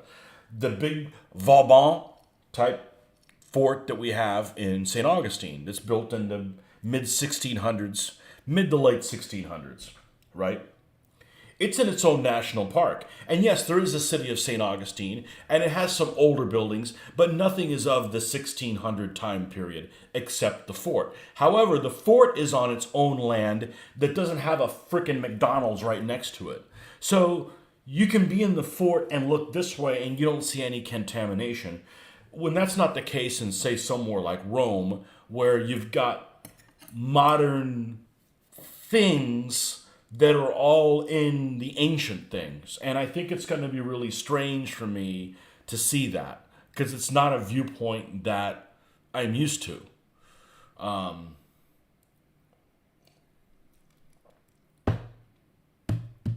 And that's just the nature of those places are ancient, and and people have always lived there for millennia,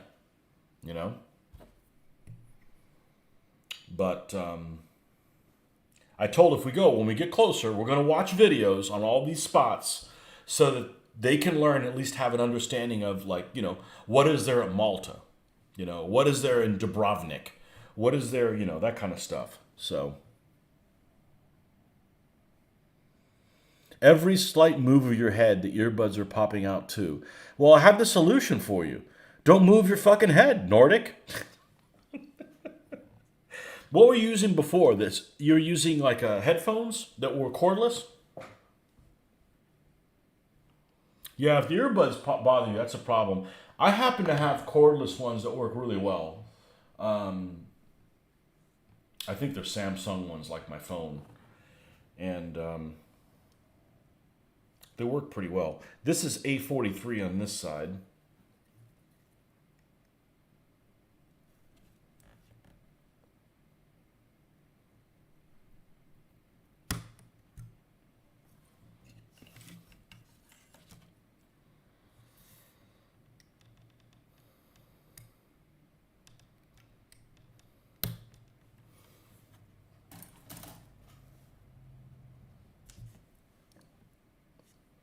But I figure if you're going to go to Europe, you might as well have your hotel room.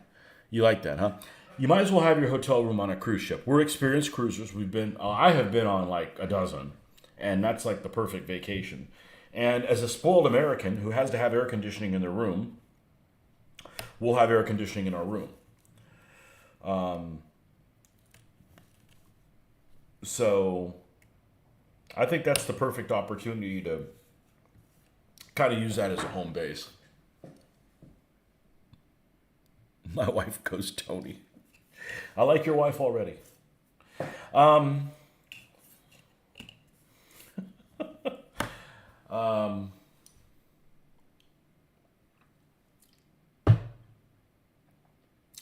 my wife is great at a lot of things.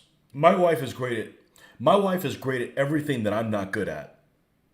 Everything that I suck at or don't want it or have no interest in being good at it, she is like a pro. Um, and everything that I'm really good at, she has no interest in. So she has zero interest in history. And she's a smart girl because I think intelligent women are really attractive. Okay? I mean, there's got to be more than that, but I don't like dumb girls. Okay? Um,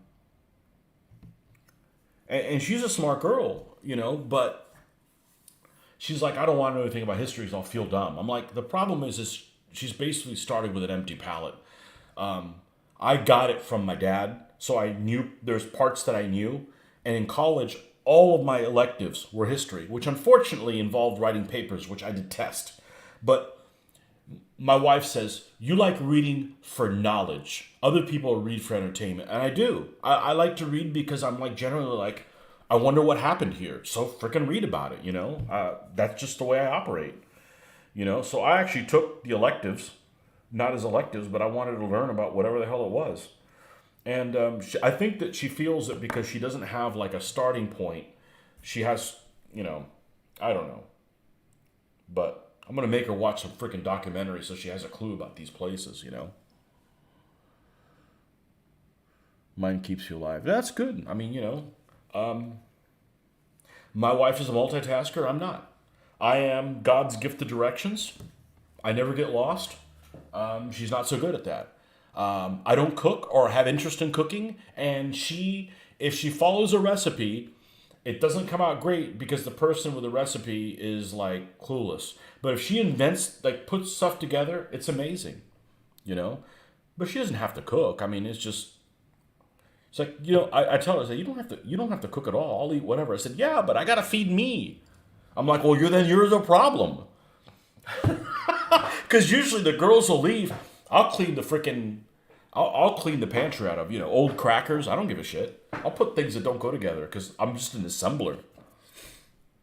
It's just like how some people are like, they don't think it's worth their time to paint, and they sub out their paint. They pay somebody to paint for me. That's how I feel for cooking. I can't be meticulous and spend hours painting, and then spend 3 hours cooking something, an hour picking it up, and 7.5 minutes eating it. You know. Brand new bottle of Proper 12. That's the one. That's the one with the thing. That stuff's actually pretty decent. That stuff's actually pretty decent. Yeah, that's the one I was talking about early with that has. I picked it up on a whim. It was a 750 that was like it was like 12 or 13.99. I'm like, how bad could it be? I mean, the first time I try something, I'm totally fall for the advertising. Okay, and the second time, if it sucks, I'm not buying it again. But I'm like, okay, it comes with a free little hoodie. You know, figured my daughter would get a kick out of it. You know, it was actually pretty decent.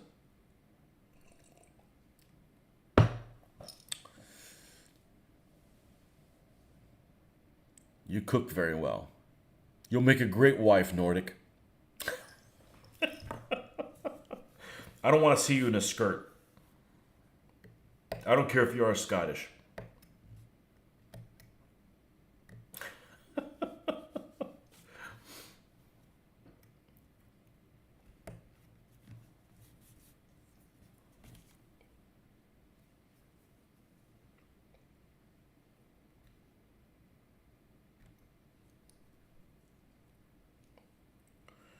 Yep, I'm a spoiled American, but I think I've said this before. I think we're all united all over the world more on where you fall in society than the country that you're from.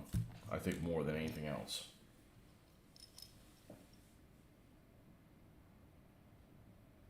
I don't want to see myself in a skirt, yeah. They do make them in your size, Nordic, but I don't want to see you in a skirt either.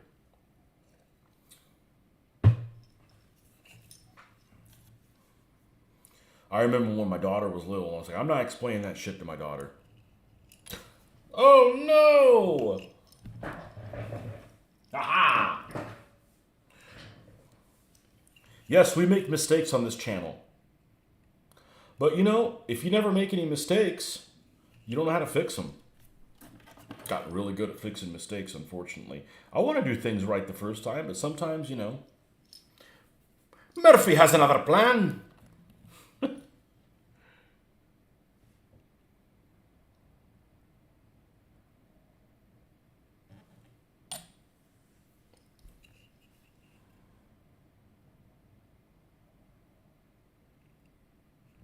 I had one friend that was Irish. That was it. People from the South don't know where the hell they come from. If you ask a random person from the South, you know, a random Anglo person from the South, they'll generally say, "Oh, I'm Scots Irish and 1/16 Cherokee." Every single freaking one of them, right? They don't know where they come from. It's not like they have communities of Polish or Italians or whatever here in the South. Not at least in this part. They don't. Maybe in a bigger city.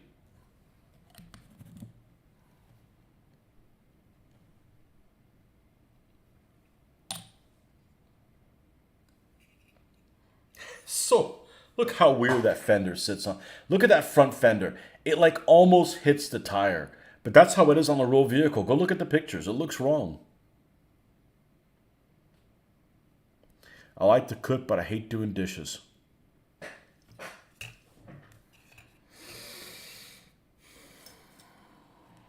Let's see, what domestic things that I like to do? Man, Roger, your wife should have been on here last night. We were talking about feminine products. Everything's game. I wasn't talking bad about them.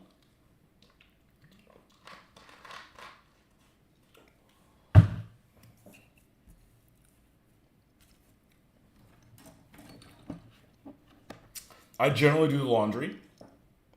I did the laundry when I was single. You know, it's not a big deal.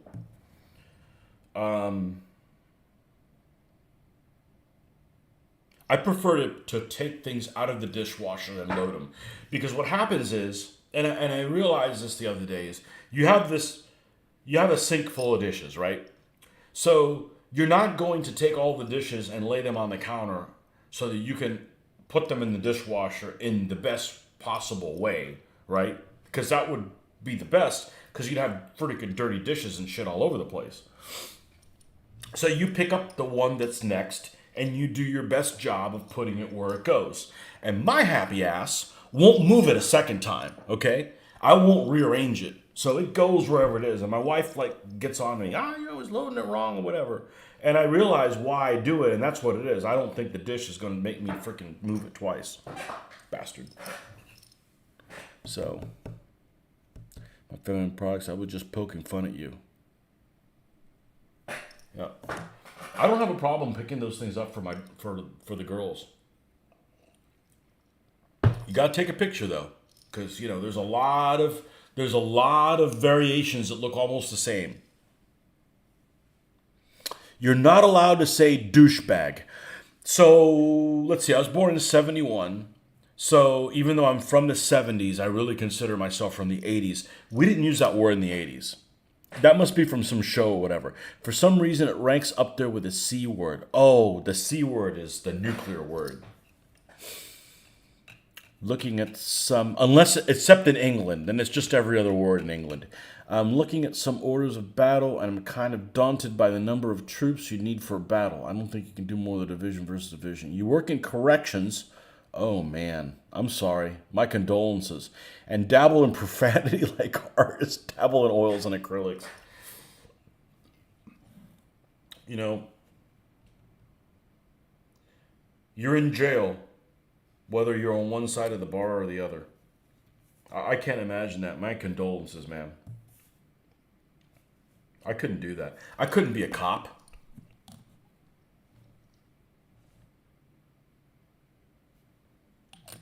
I couldn't be a cop. Shoot second, and then, come across somebody like the Jessica Lunsford thing. They wouldn't have found that guy alive. I'd be a vigilante. I'm sorry. And then you find out some of your coworkers are on the take. Oh, I couldn't do it. I'd go crazy. I need to drink.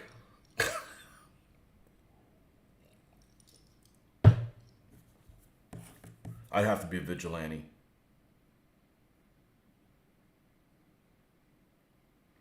You know what I'm talking about, that Jessica Lunsford, when they found the girl that had been sequestered. And I don't even want to talk about it. I'm going to get teary-eyed, and I didn't know who she is. But I have a daughter, and even without having a daughter, I can just... They wouldn't have found those people alive. I'm just saying. They would not have found them alive. It doesn't make it better, but... You don't hurt freaking little kids. All right.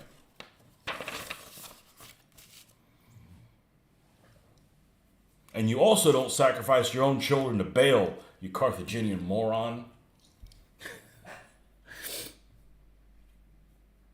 You cuss like a sailor.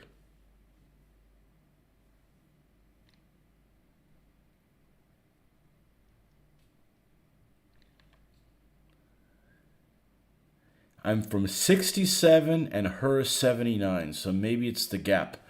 Mind the gap! Corrections education.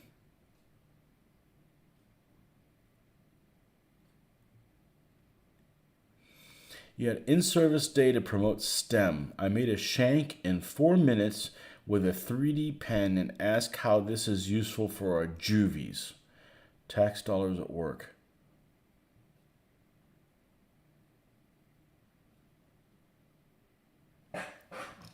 I had a buddy of mine in high school that wanted in the Navy. I didn't know what I was going to do. I'm like, fuck it, I'll go too. I mean, who wouldn't want a fucking Cuban in the Navy? I mean, we can walk on fucking salt water as long as it's not more than 90 miles, Nah, I was born here, but I still love doing that joke. But really, I'm a great fucking swimmer. I don't fly worth a shit, okay? There ain't enough feathers on me to fly.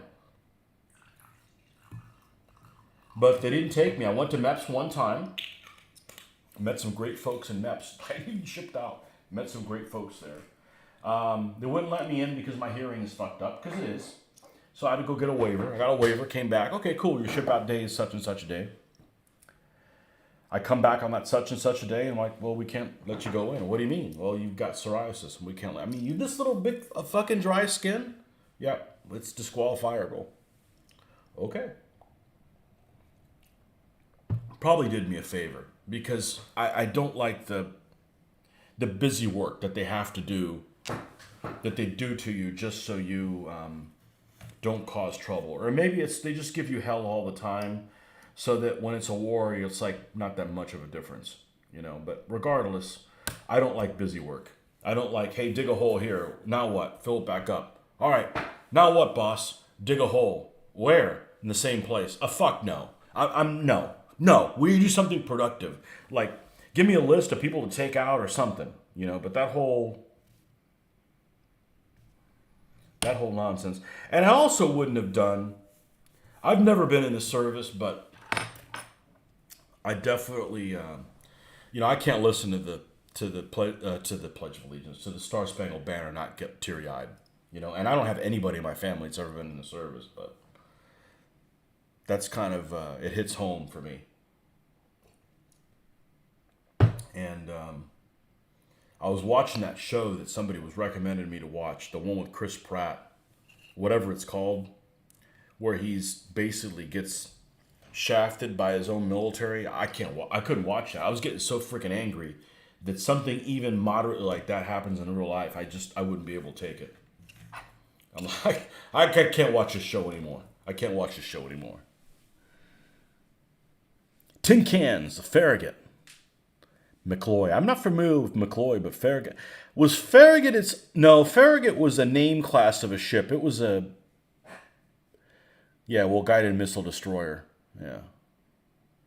I've been on board one Navy ship, and that was an Iowa-class battleship. And you guys watched the video that we did on the North Carolina? And you know what? Here's the problem with that video. I didn't know I was going to do it beforehand, or we would have done a better job. I was already doing some of it, because of all the World War II stuff, the one I used to game the most was naval. So I know the naval stuff really well. That's the problem is I had no plan. I didn't plan on actually doing that. And that was a hoot. That was a lot of fun. Only one Navy ship? Landlubber. Farragut was originally laid down as a Kuntz class. Okay. So that's early 60s.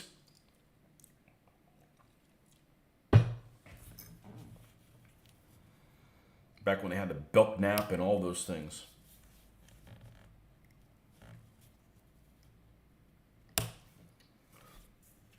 They used to do tours back in the 90s.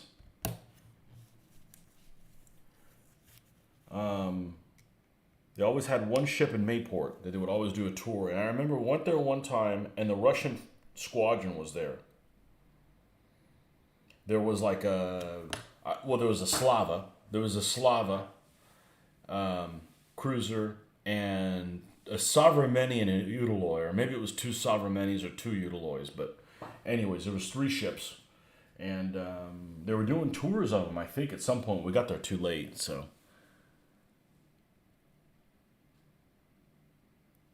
Commissioned in 61, yes. I'm a good fucking guesser. Just imagine if I wargamed modern stuff. It'd be even better.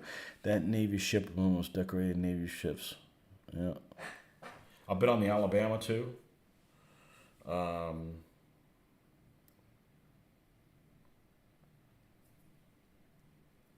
Yeah, what was really odd about the North Carolina is the smell. It smelled of lubricant, of old. It smelled like I'd imagine like a late 40s gas station would smell like, and not the gasoline part, like everything else, like the oil change stuff. It just smelled like that.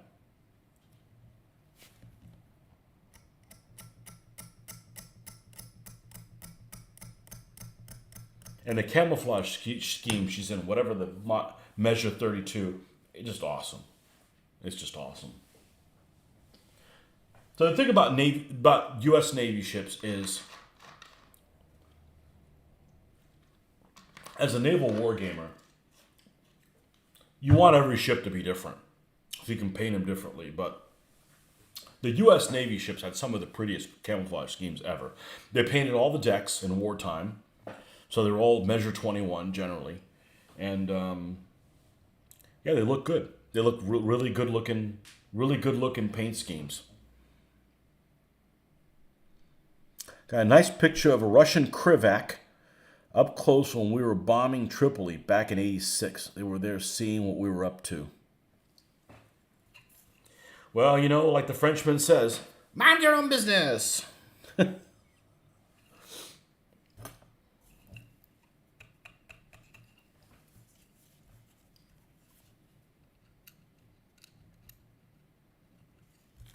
I don't pay attention to the news at all. I don't know what's going on. It's probably better that way. Even people that watch the news don't know what's going on. When that whole war in Ukraine started, I'm like, okay, we'll get to see modern things in action, right? I mean, I want to play war games. I don't want to see a real war. That's stupid. But if it's going on, might as well check it out. And that right there at the beginning where they had that island where the Russians came over and they told them basically, go fly a kite up your mother's ass. And then they shot everybody. And then a week later, oh, well, they actually didn't shoot anybody. They just captured him prisoner. I'm like, I'm out. I'm not listening to anything else.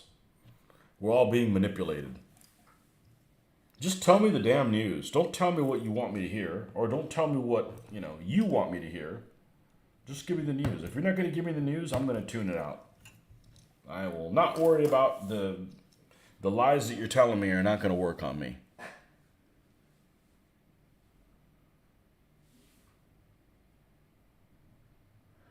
Got a McDonald's. I've set foot on one carrier. 2 carriers, sorry. Neither one of them at sea. Obviously, I'm not in the freaking Navy. They wouldn't let me on there. One of them was a Saratoga that was in Mayport, back when it was stationed there in Mayport. And the other one is the Yorktown 2nd that's at Charleston at Patriots Point. And even with the ship not moving, it is creepy to step on the flight deck and all that wind. I mean, I live in a place here where we basically have no wind. Unfortunately, we have no wind. It's pretty landlocked, and all the pollen situation that we have here is even worse because there's no wind here. But you get up and however far that thing is up, 8, 9, 10 stories up off the water, and you've got that wind coming off of you. You feel like you need to crouch down or you're going to get blown off the ship. It's weird. But, I don't work on one and I'm not used to it. But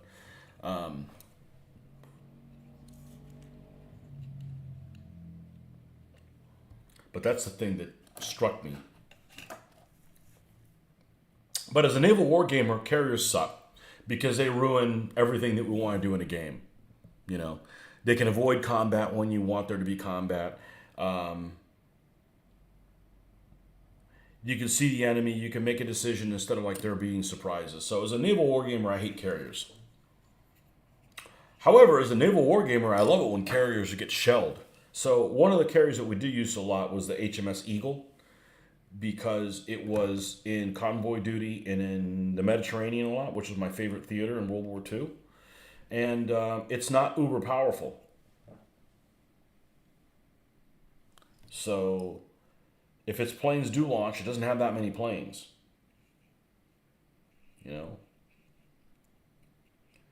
There's some British carriers that did have quite a few planes, but it's mainly Ark Royal. But the US and the Japanese carriers are the ones that had a shit ton of planes.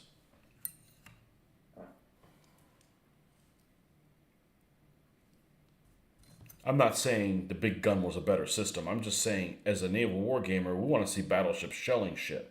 That's what we're there for. It's like you go to a monster truck rally, and the truck never runs over anything. Well, damn it, I'm there to see freaking destruction,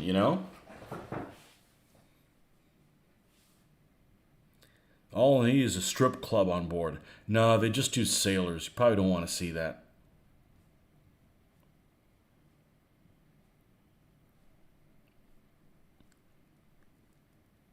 Okay, Roger, good night. Man, early night for you. I'm glad your wife enjoyed it a little bit. There was a big stink on, speaking of females, there was a big stink on the miniatures page many years back. Of course, I never go on there anymore. But, like, how do you got to get women into wargaming?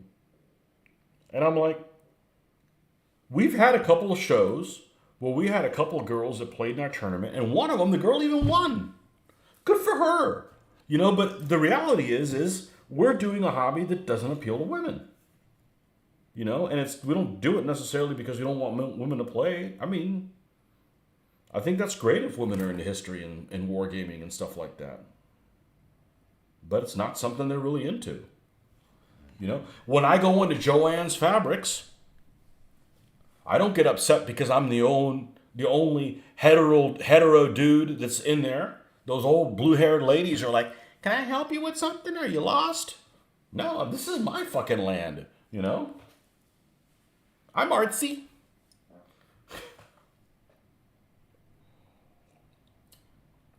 Generalizations are generally true, you know?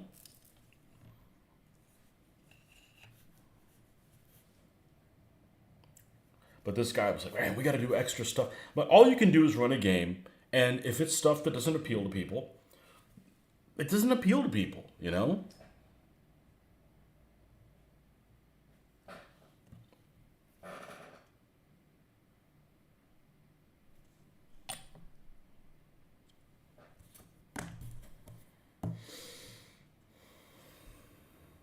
Stripper duty on a ship. What's the first thing you think of? That freaking movie where the girl comes out of the cake on the Steven Seagal movie. First thing I think of. Whatever it was called. Whatever one of his movies are. I've seen only 3 movies of his, and I think it's the first 3. You know.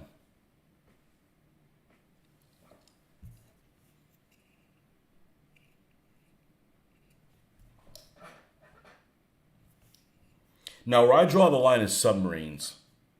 Hell no. No, that just everything about that sounds like a bad idea. Everything about that sounds like a bad idea.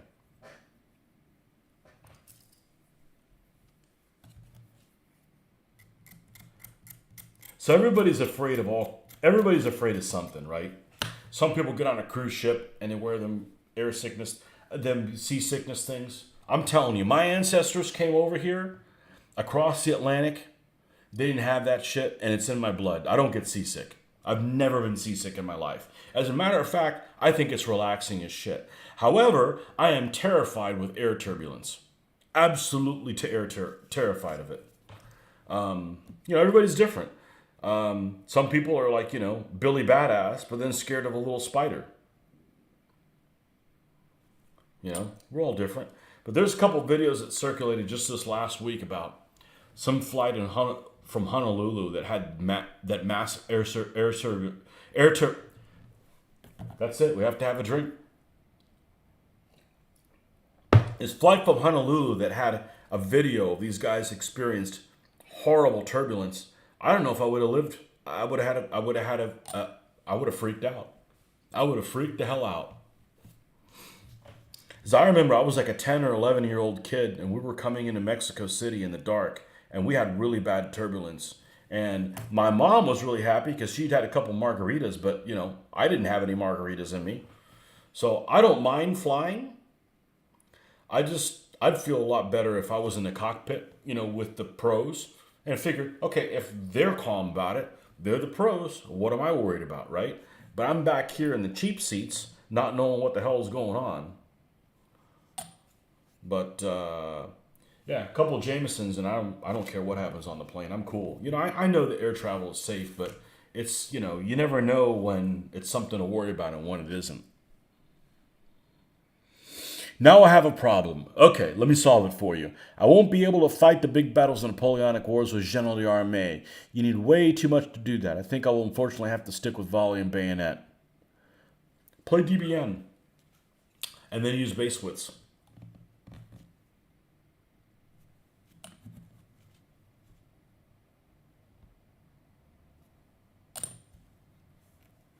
What do you guys think of Napoleon as a commander? I don't know shit about him. I mean, obviously I know more than people on the street, but I don't really play that war. What do you guys think of Napoleon? Was he all that in a bag of chips? Was he the Manstein of the 1800s, early 1800s? I know he was no Alexander Nordic.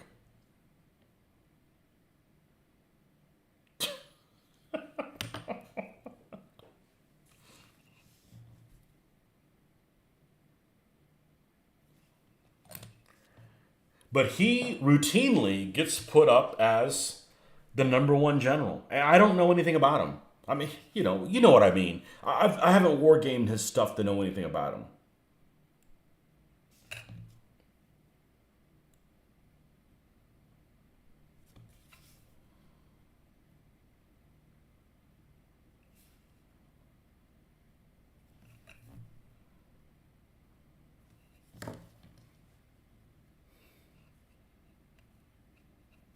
You'd rather not play DBX game for the age of musketry. Okay, fair enough. I just think it's a way to play big battles, that's all.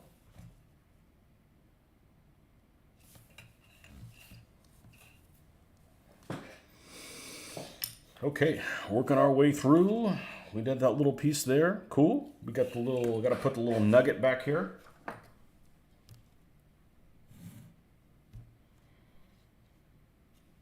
These guys have a whole lot of jerry cans for a country that was short on fuel.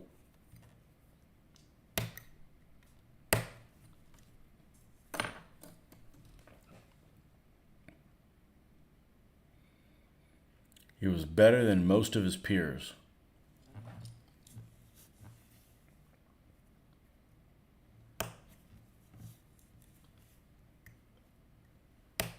I really don't know. I'm agnostic when it comes to Napoleonic Wars.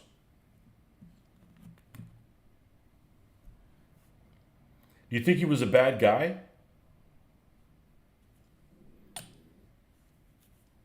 I think he was like Alexander.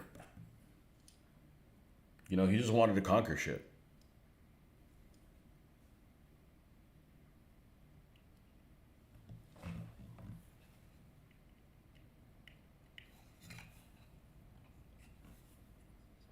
I'm always poo-pooing Alexander.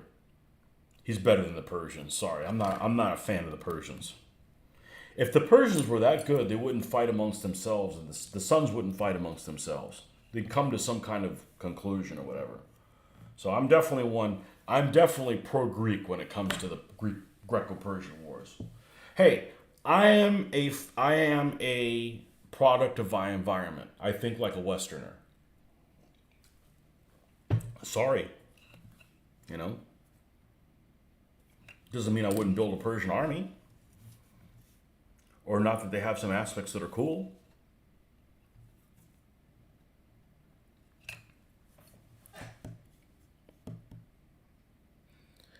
Check out Blucher. He shook Europe to its core when he coronated himself. Okay. Wasn't his system, weren't the people in his army for the most part raised on merit and not social class? If that's true, then I'm a fan of him because that makes sense, That makes sense. I don't mind the metric system,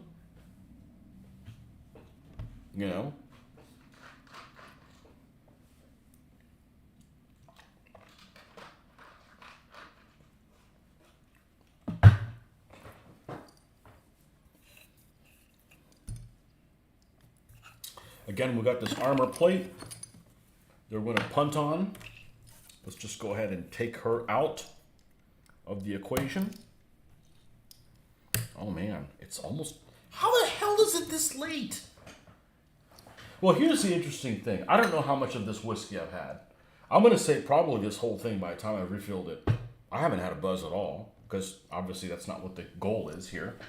And we've had a good time, and it's still not over. We're going to finish this. We're going to finish this armored car to the point where the other one is. And actually, hold that thought. I need to Agrax Earthshade this thing, or tonight's going to be a fail. because I need to be able to paint this thing in the morning. I've got some great ideas for this JSU. Just wait. This thing is going to make you wet. I mean that in a good way. Yeah, I went there.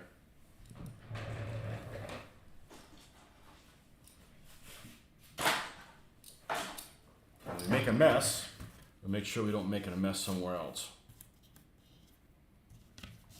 But I got used to doing hobby stuff with somebody on Wednesday nights, every night. So I am a terrible multitasker, but I can do this and multitask okay. You know? I used to have Napoleon's battles. Yeah, and Mitch has Napoleon's battles, and I've played Napoleon's battles. I actually prefer DBN. I know that sounds weird. I just prefer... I like the pip mechanism. For all my problems that I have with the DBX games being vague, the pip mechanism is really good. So...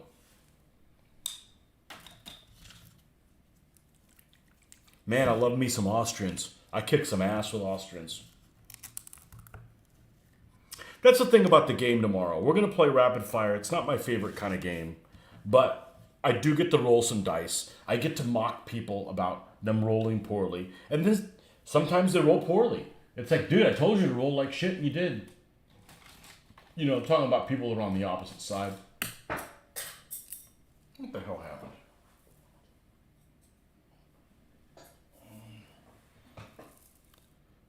I would not argue that. I don't know what we were saying. The pip mechanism is great. I think it just needs to be and innovative. It's succinct. That's today's word. Today's word is succinct. And yes, I don't use words I can't pronounce. I don't that I can't spell. I'm a good speller though. Let's get one of these out here.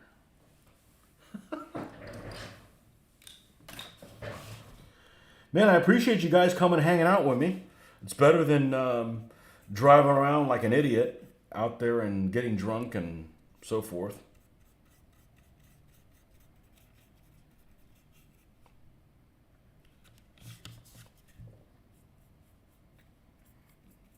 I actually don't even have... I'm not Irish and I don't have any Irish friends.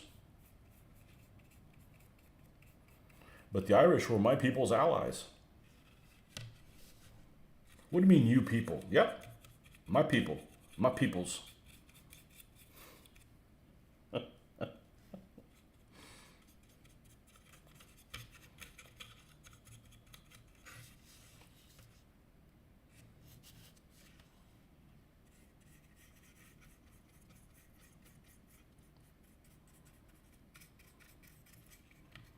We got to do this so we can finish this in the morning. This is gonna look badass. Just you wait. I love painting the slogans. It's so rewarding to just be like, you know, instead of ordering slogans that are the wrong size or they're too thick, or just freaking paint them on. You know, they look neater than the damn handwriting the communists would have done to begin with. Because remember, all my Soviets are communists, all my Germans are Nazis. It keeps me out of trouble.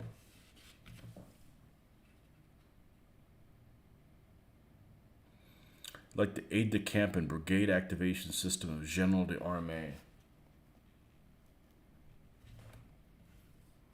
You know, if you have lots of different things to do.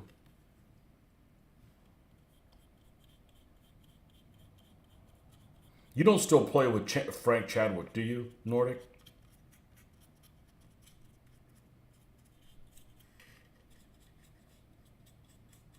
The worst war game I've ever played in my entire life, unfortunately, was designed by Frank Chadwick.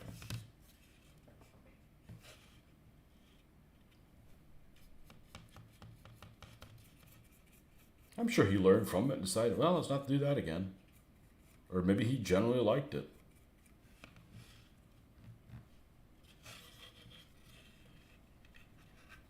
And there may actually be a game that I just like more than that game, but I haven't played it yet.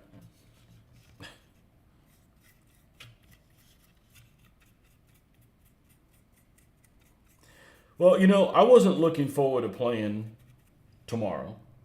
I do like the social interaction, and they're a good group of guys. It's got nothing. It has nothing to do with the people. We have an excellent group of people. It's just I don't get motivated to paint stuff. I like the game that it motivates me to paint more of my shit. But the fact that you guys came on here and we're just chit chatting about different stuff, and it just made my day. So I greatly appreciate that. And I don't feel bad about playing something that's doesn't really tickle my fancy because it's too zoomed out for my taste. Sunday is the day I've kind of assigned to start working on relearning these rules because I am going to do videos on them and some crazy fucking shit is going to happen. Some crazy fucking shit that is going to be really entertaining is going to happen. I don't mean because you do the wrong thing, okay? The whole purpose is not to play the game like a moron and, like, hey, what happens when I run a whole squad in front of a flamethrower? That's not what it is. I'm just saying that along the way towards playing, intelligently, weird shit happens. You'll throw a grenade and it doesn't land where you want it to. It lands somewhere else that could be a lot more entertaining. But you couldn't throw it there to begin with because you couldn't see that location. Guns will jam at the wrong time. Guys go into hand-to-hand combat that've got no business going into hand-to-hand combat. You believe Frank moved to Florida? Okay. Well, be cool if he goes to our cons.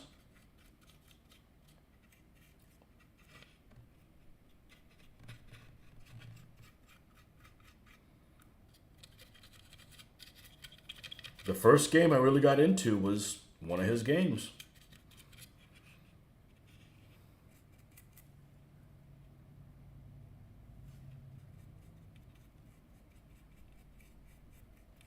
The guy we got in Florida is Borg, the guy that does all the Command and Colors games, and he's a really nice guy.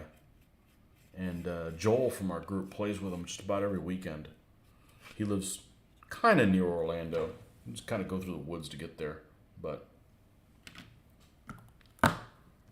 Richard's a really nice guy.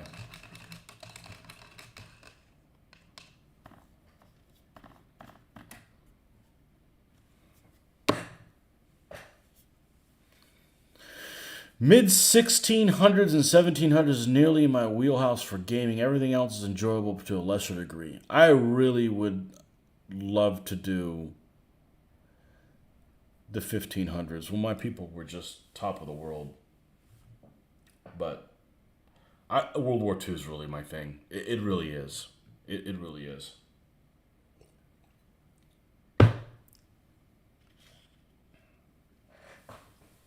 And I really enjoy what I've missed the last 20 years. There is so much programming on YouTube, books that weren't available before, books that were available before but are easy to get a hold of immediately. There's just so much stuff that wasn't available in 2002. You like the Command and Color system. I think it makes a good game. I don't think it's a realistic historical representation of anything. The same way DBX games aren't. I think they make a good game. It gives you lots of stuff to think about every single game. All the time. Every turn you're thinking about stuff. And it's not heavy thinking, but you're trying to get milk out of a brick every time. You're trying to do the most you can with what you have. And I like that. I like that. It keeps you awake. It keeps you engaged. There's a fair amount of dice rolling.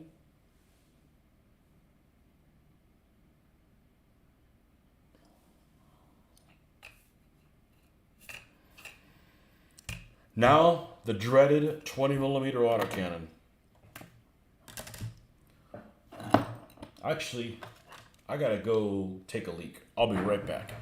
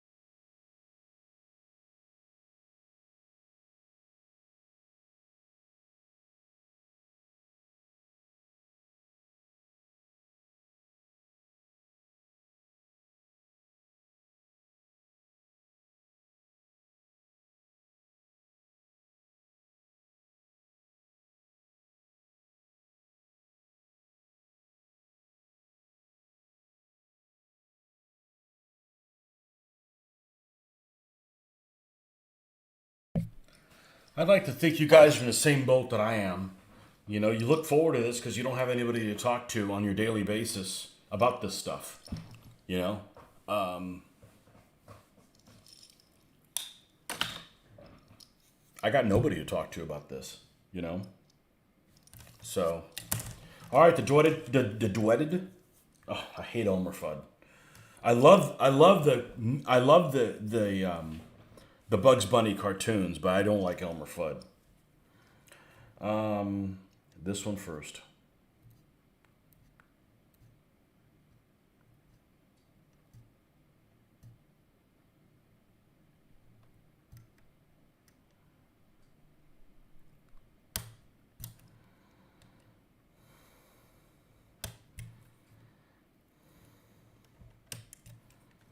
Okay, there is the main part of it.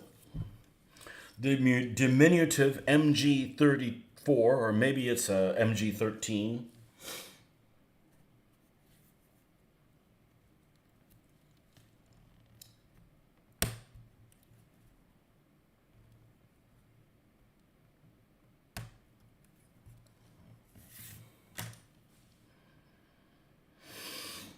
The base plate for this, which is A35, which is this guy right here.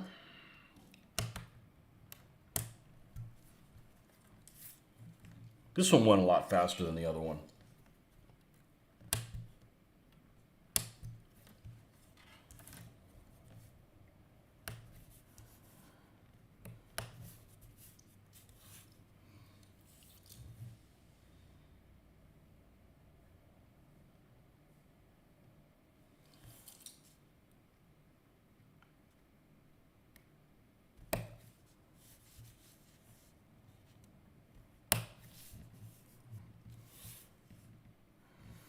The one system I thought I was really going to like, and I didn't like it at all, was Combat Commander. I thought I was really going to like Combat Commander. Because I can deal with not having any vehicles, but I can't deal with not rolling any dice. All those people that complain about, oh, the dice are out to get me, I'm like, I can't shuffle cards worth of anything. Fill in the blank.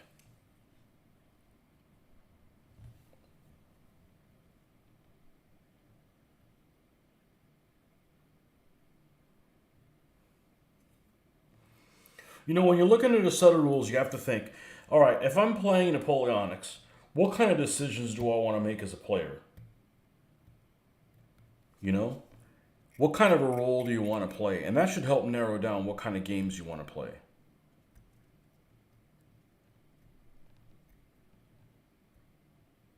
Like, I would not want to play something like Empire.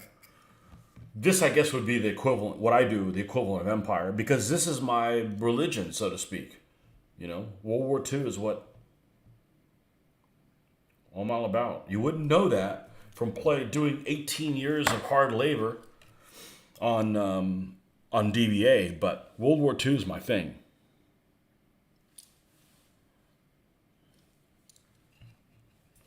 Which is also why I'm uncompromising on what I want simulated in a World War II rule set.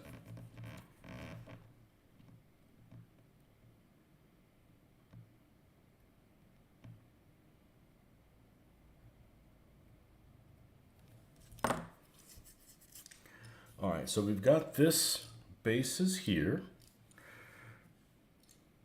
Okay, and then this big autocannon, which still has a little bit of flash, but we've got to be careful with it because some of it is actually part of the gun.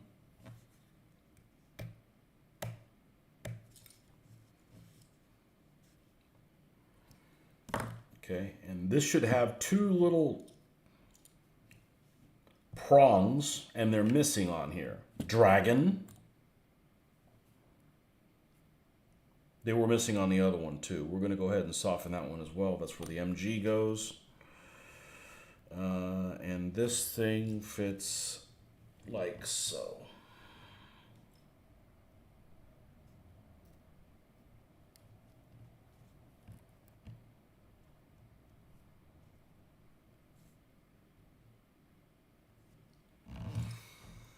And this machine gun, well, needs that piece of flash taken off of it.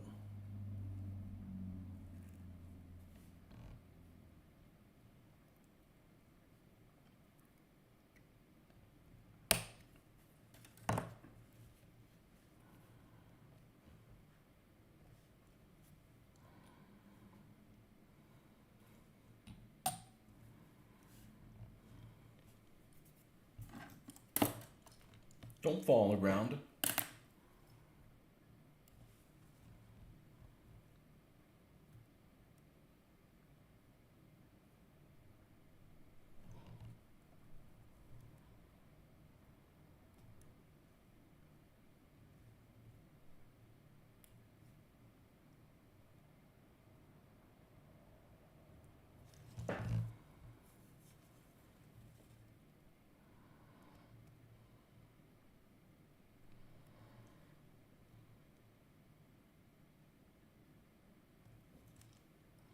Okay. Oh, I forgot to cut A38 out like I did yesterday.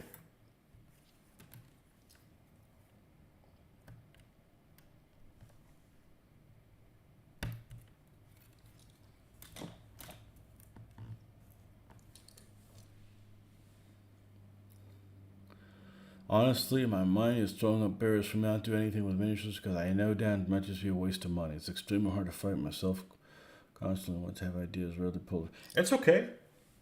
It's okay to dream. It's better than making the wrong decision. I'm really good about if I'm doing like a major purchase, and a major purchase is I'm gonna say something over $100. Okay, if I'm doing a major purchase, I like to think about it because it's not that I can't afford it. Well, I'm not made of money either, but I'm just saying is it feels good to make a smart business decision. You don't want to regret getting something that you're not going to use or what have you. So it doesn't happen often, but sometimes it's really frustrating when you go in the extra mile to decide what you're going to do with something and you feel like you made the right decision and you still end up like empty handed or it's less than how you thought it was going to turn out. And I try to avoid those situations like it looks like you're trying to do as well, as much as you can, because they're incredibly unsatisfying when they happen. When you put a lot of thought into what you're going to do, look at it from all the angles, make a smart decision, and it still ends up being the wrong one. And, I mean, just like me, I'm sure you're not a dumbass, but we all make mistakes, and we will continue to do so, unfortunately. It's a design flaw of humanity. But, it's unsatisfying to throw money at a problem and come up empty-handed, you know? And sometimes there isn't a good solution. Whatever it is that you do, you can look at it from all angles, and no matter what you choose, it's the wrong choice. And that happened to me on my car after I had it about a year. A guy rear-ended me. It wasn't a big deal, but it's just a cosmetic thing that needed to be done to it. And the guy had no insurance, so I was going to be out $500 fucking. So I'm like, I can do nothing and not throw $500 at it, or throw $500 and they do a shitty job, and I'm out of my car for a while. And then, so I looked at it from all the angles. I ended up just figuring, okay, it was all going to kind of be a wash. So what tipped the scales for me is I don't have to do the inconvenience of taking the car in. I'm just going to deal with it. When it's time to turn the lease in, it's not a big deal. Whatever. I may be out $500 or whatever, but it's frustrating because I didn't do anything wrong and I still got bent. So I do look at things from all sides, and sometimes you can't come up with the right reason. The right answer isn't there. So you just do the best you can.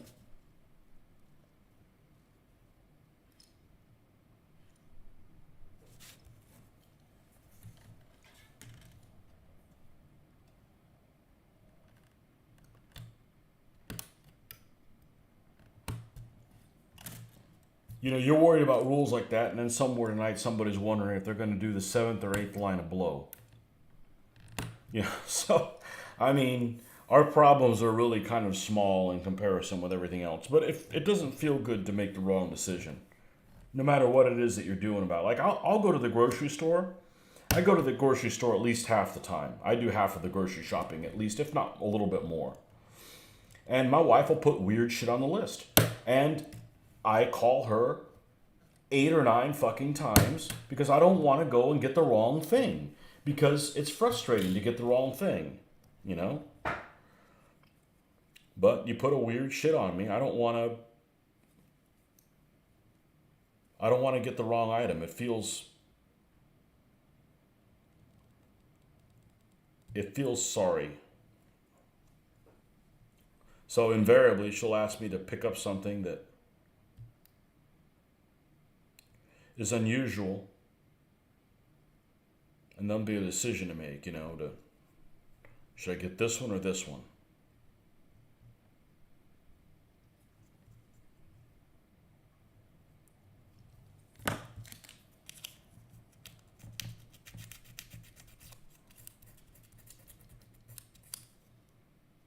Doesn't feel good to be indecisive. I know, but you know what? Being indecisive, you didn't spend any money.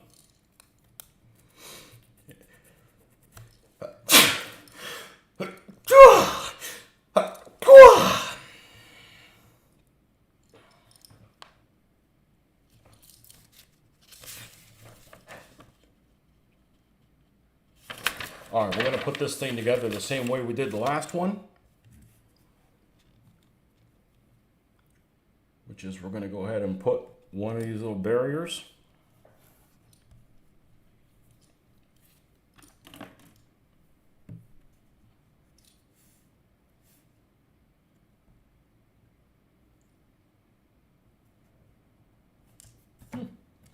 That's funny. Didn't feel like it even budged.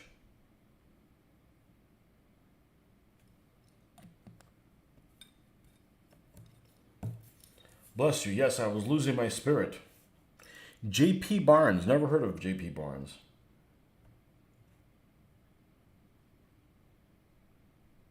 Nori, did you ever get to watch Tick and his History Channel? I want to say one of my viewers watches him. I think his stuff is provocative. And I don't mean that in a bad way. I think he makes you think and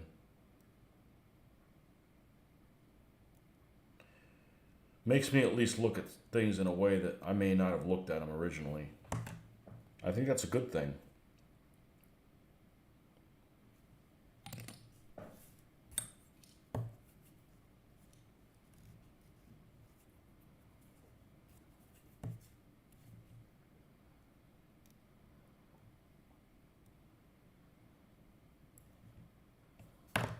You ever try to explain to people that you work with what you do for a hobby, and they just don't effing get it? Well, if it's historical gaming, why even bother doing? You know how it's going to turn out. No, moron! It involves freaking dice. Yeah, it's TIK. It's Tick History. He's got some good stuff on there.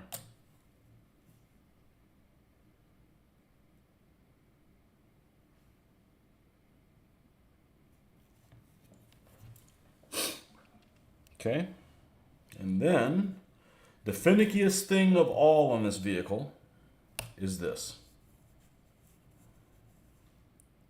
Gluing these effing seats on. We're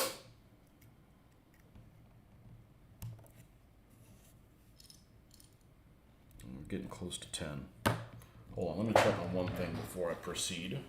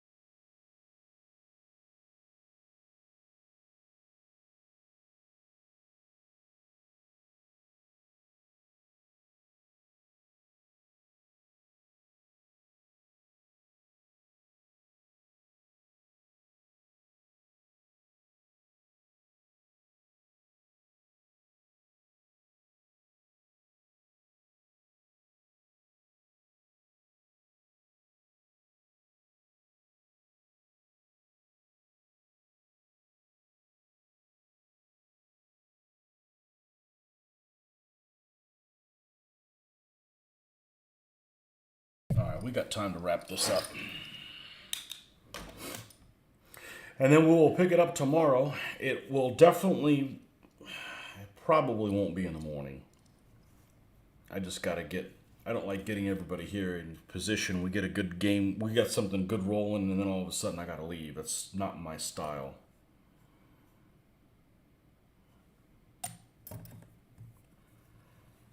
Don't like doing stuff like that. I don't like when other people do things like that.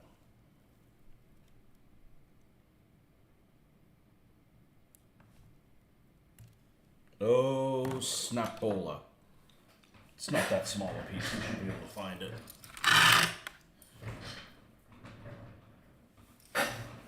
Let's see here. Is that it? There it is.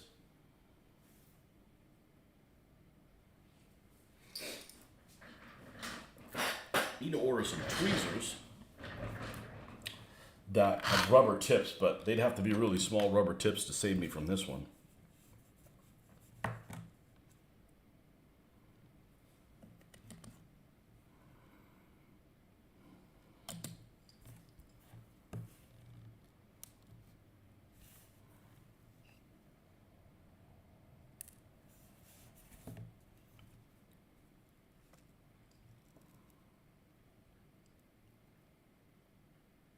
Sometimes you just got to say F it and use your finger.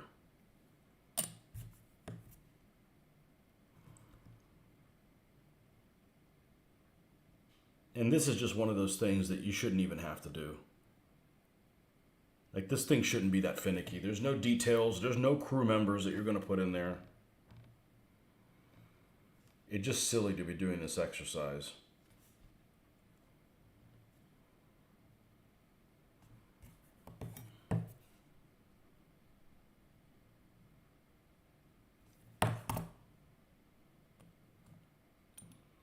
Am I streaming the game tomorrow? I'm probably not, and the reason why I'm not streaming the game is when I stream here, I can do it in 1080p. If I do it somewhere else, I got to use a mobile connection, and you never get up to that level. So it just looks like crap. And I'd rather not put out something that looks like crap. That's the other reason when I do get around to doing the World War II rules, I'll do them here and we'll do them live. Doing things live creates less work for me. You know, I just film it, and when I'm done filming it, it's done, right? It does its own little percolation and stuff like that, and I can go back to being productive and doing, you know, hobby stuff. And that actually fits in there pretty well. Cool. So I don't mind doing live things.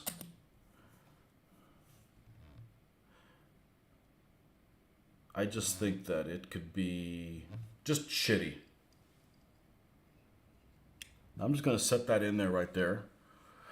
And we're at the end of the day. So we got on here for a little bit.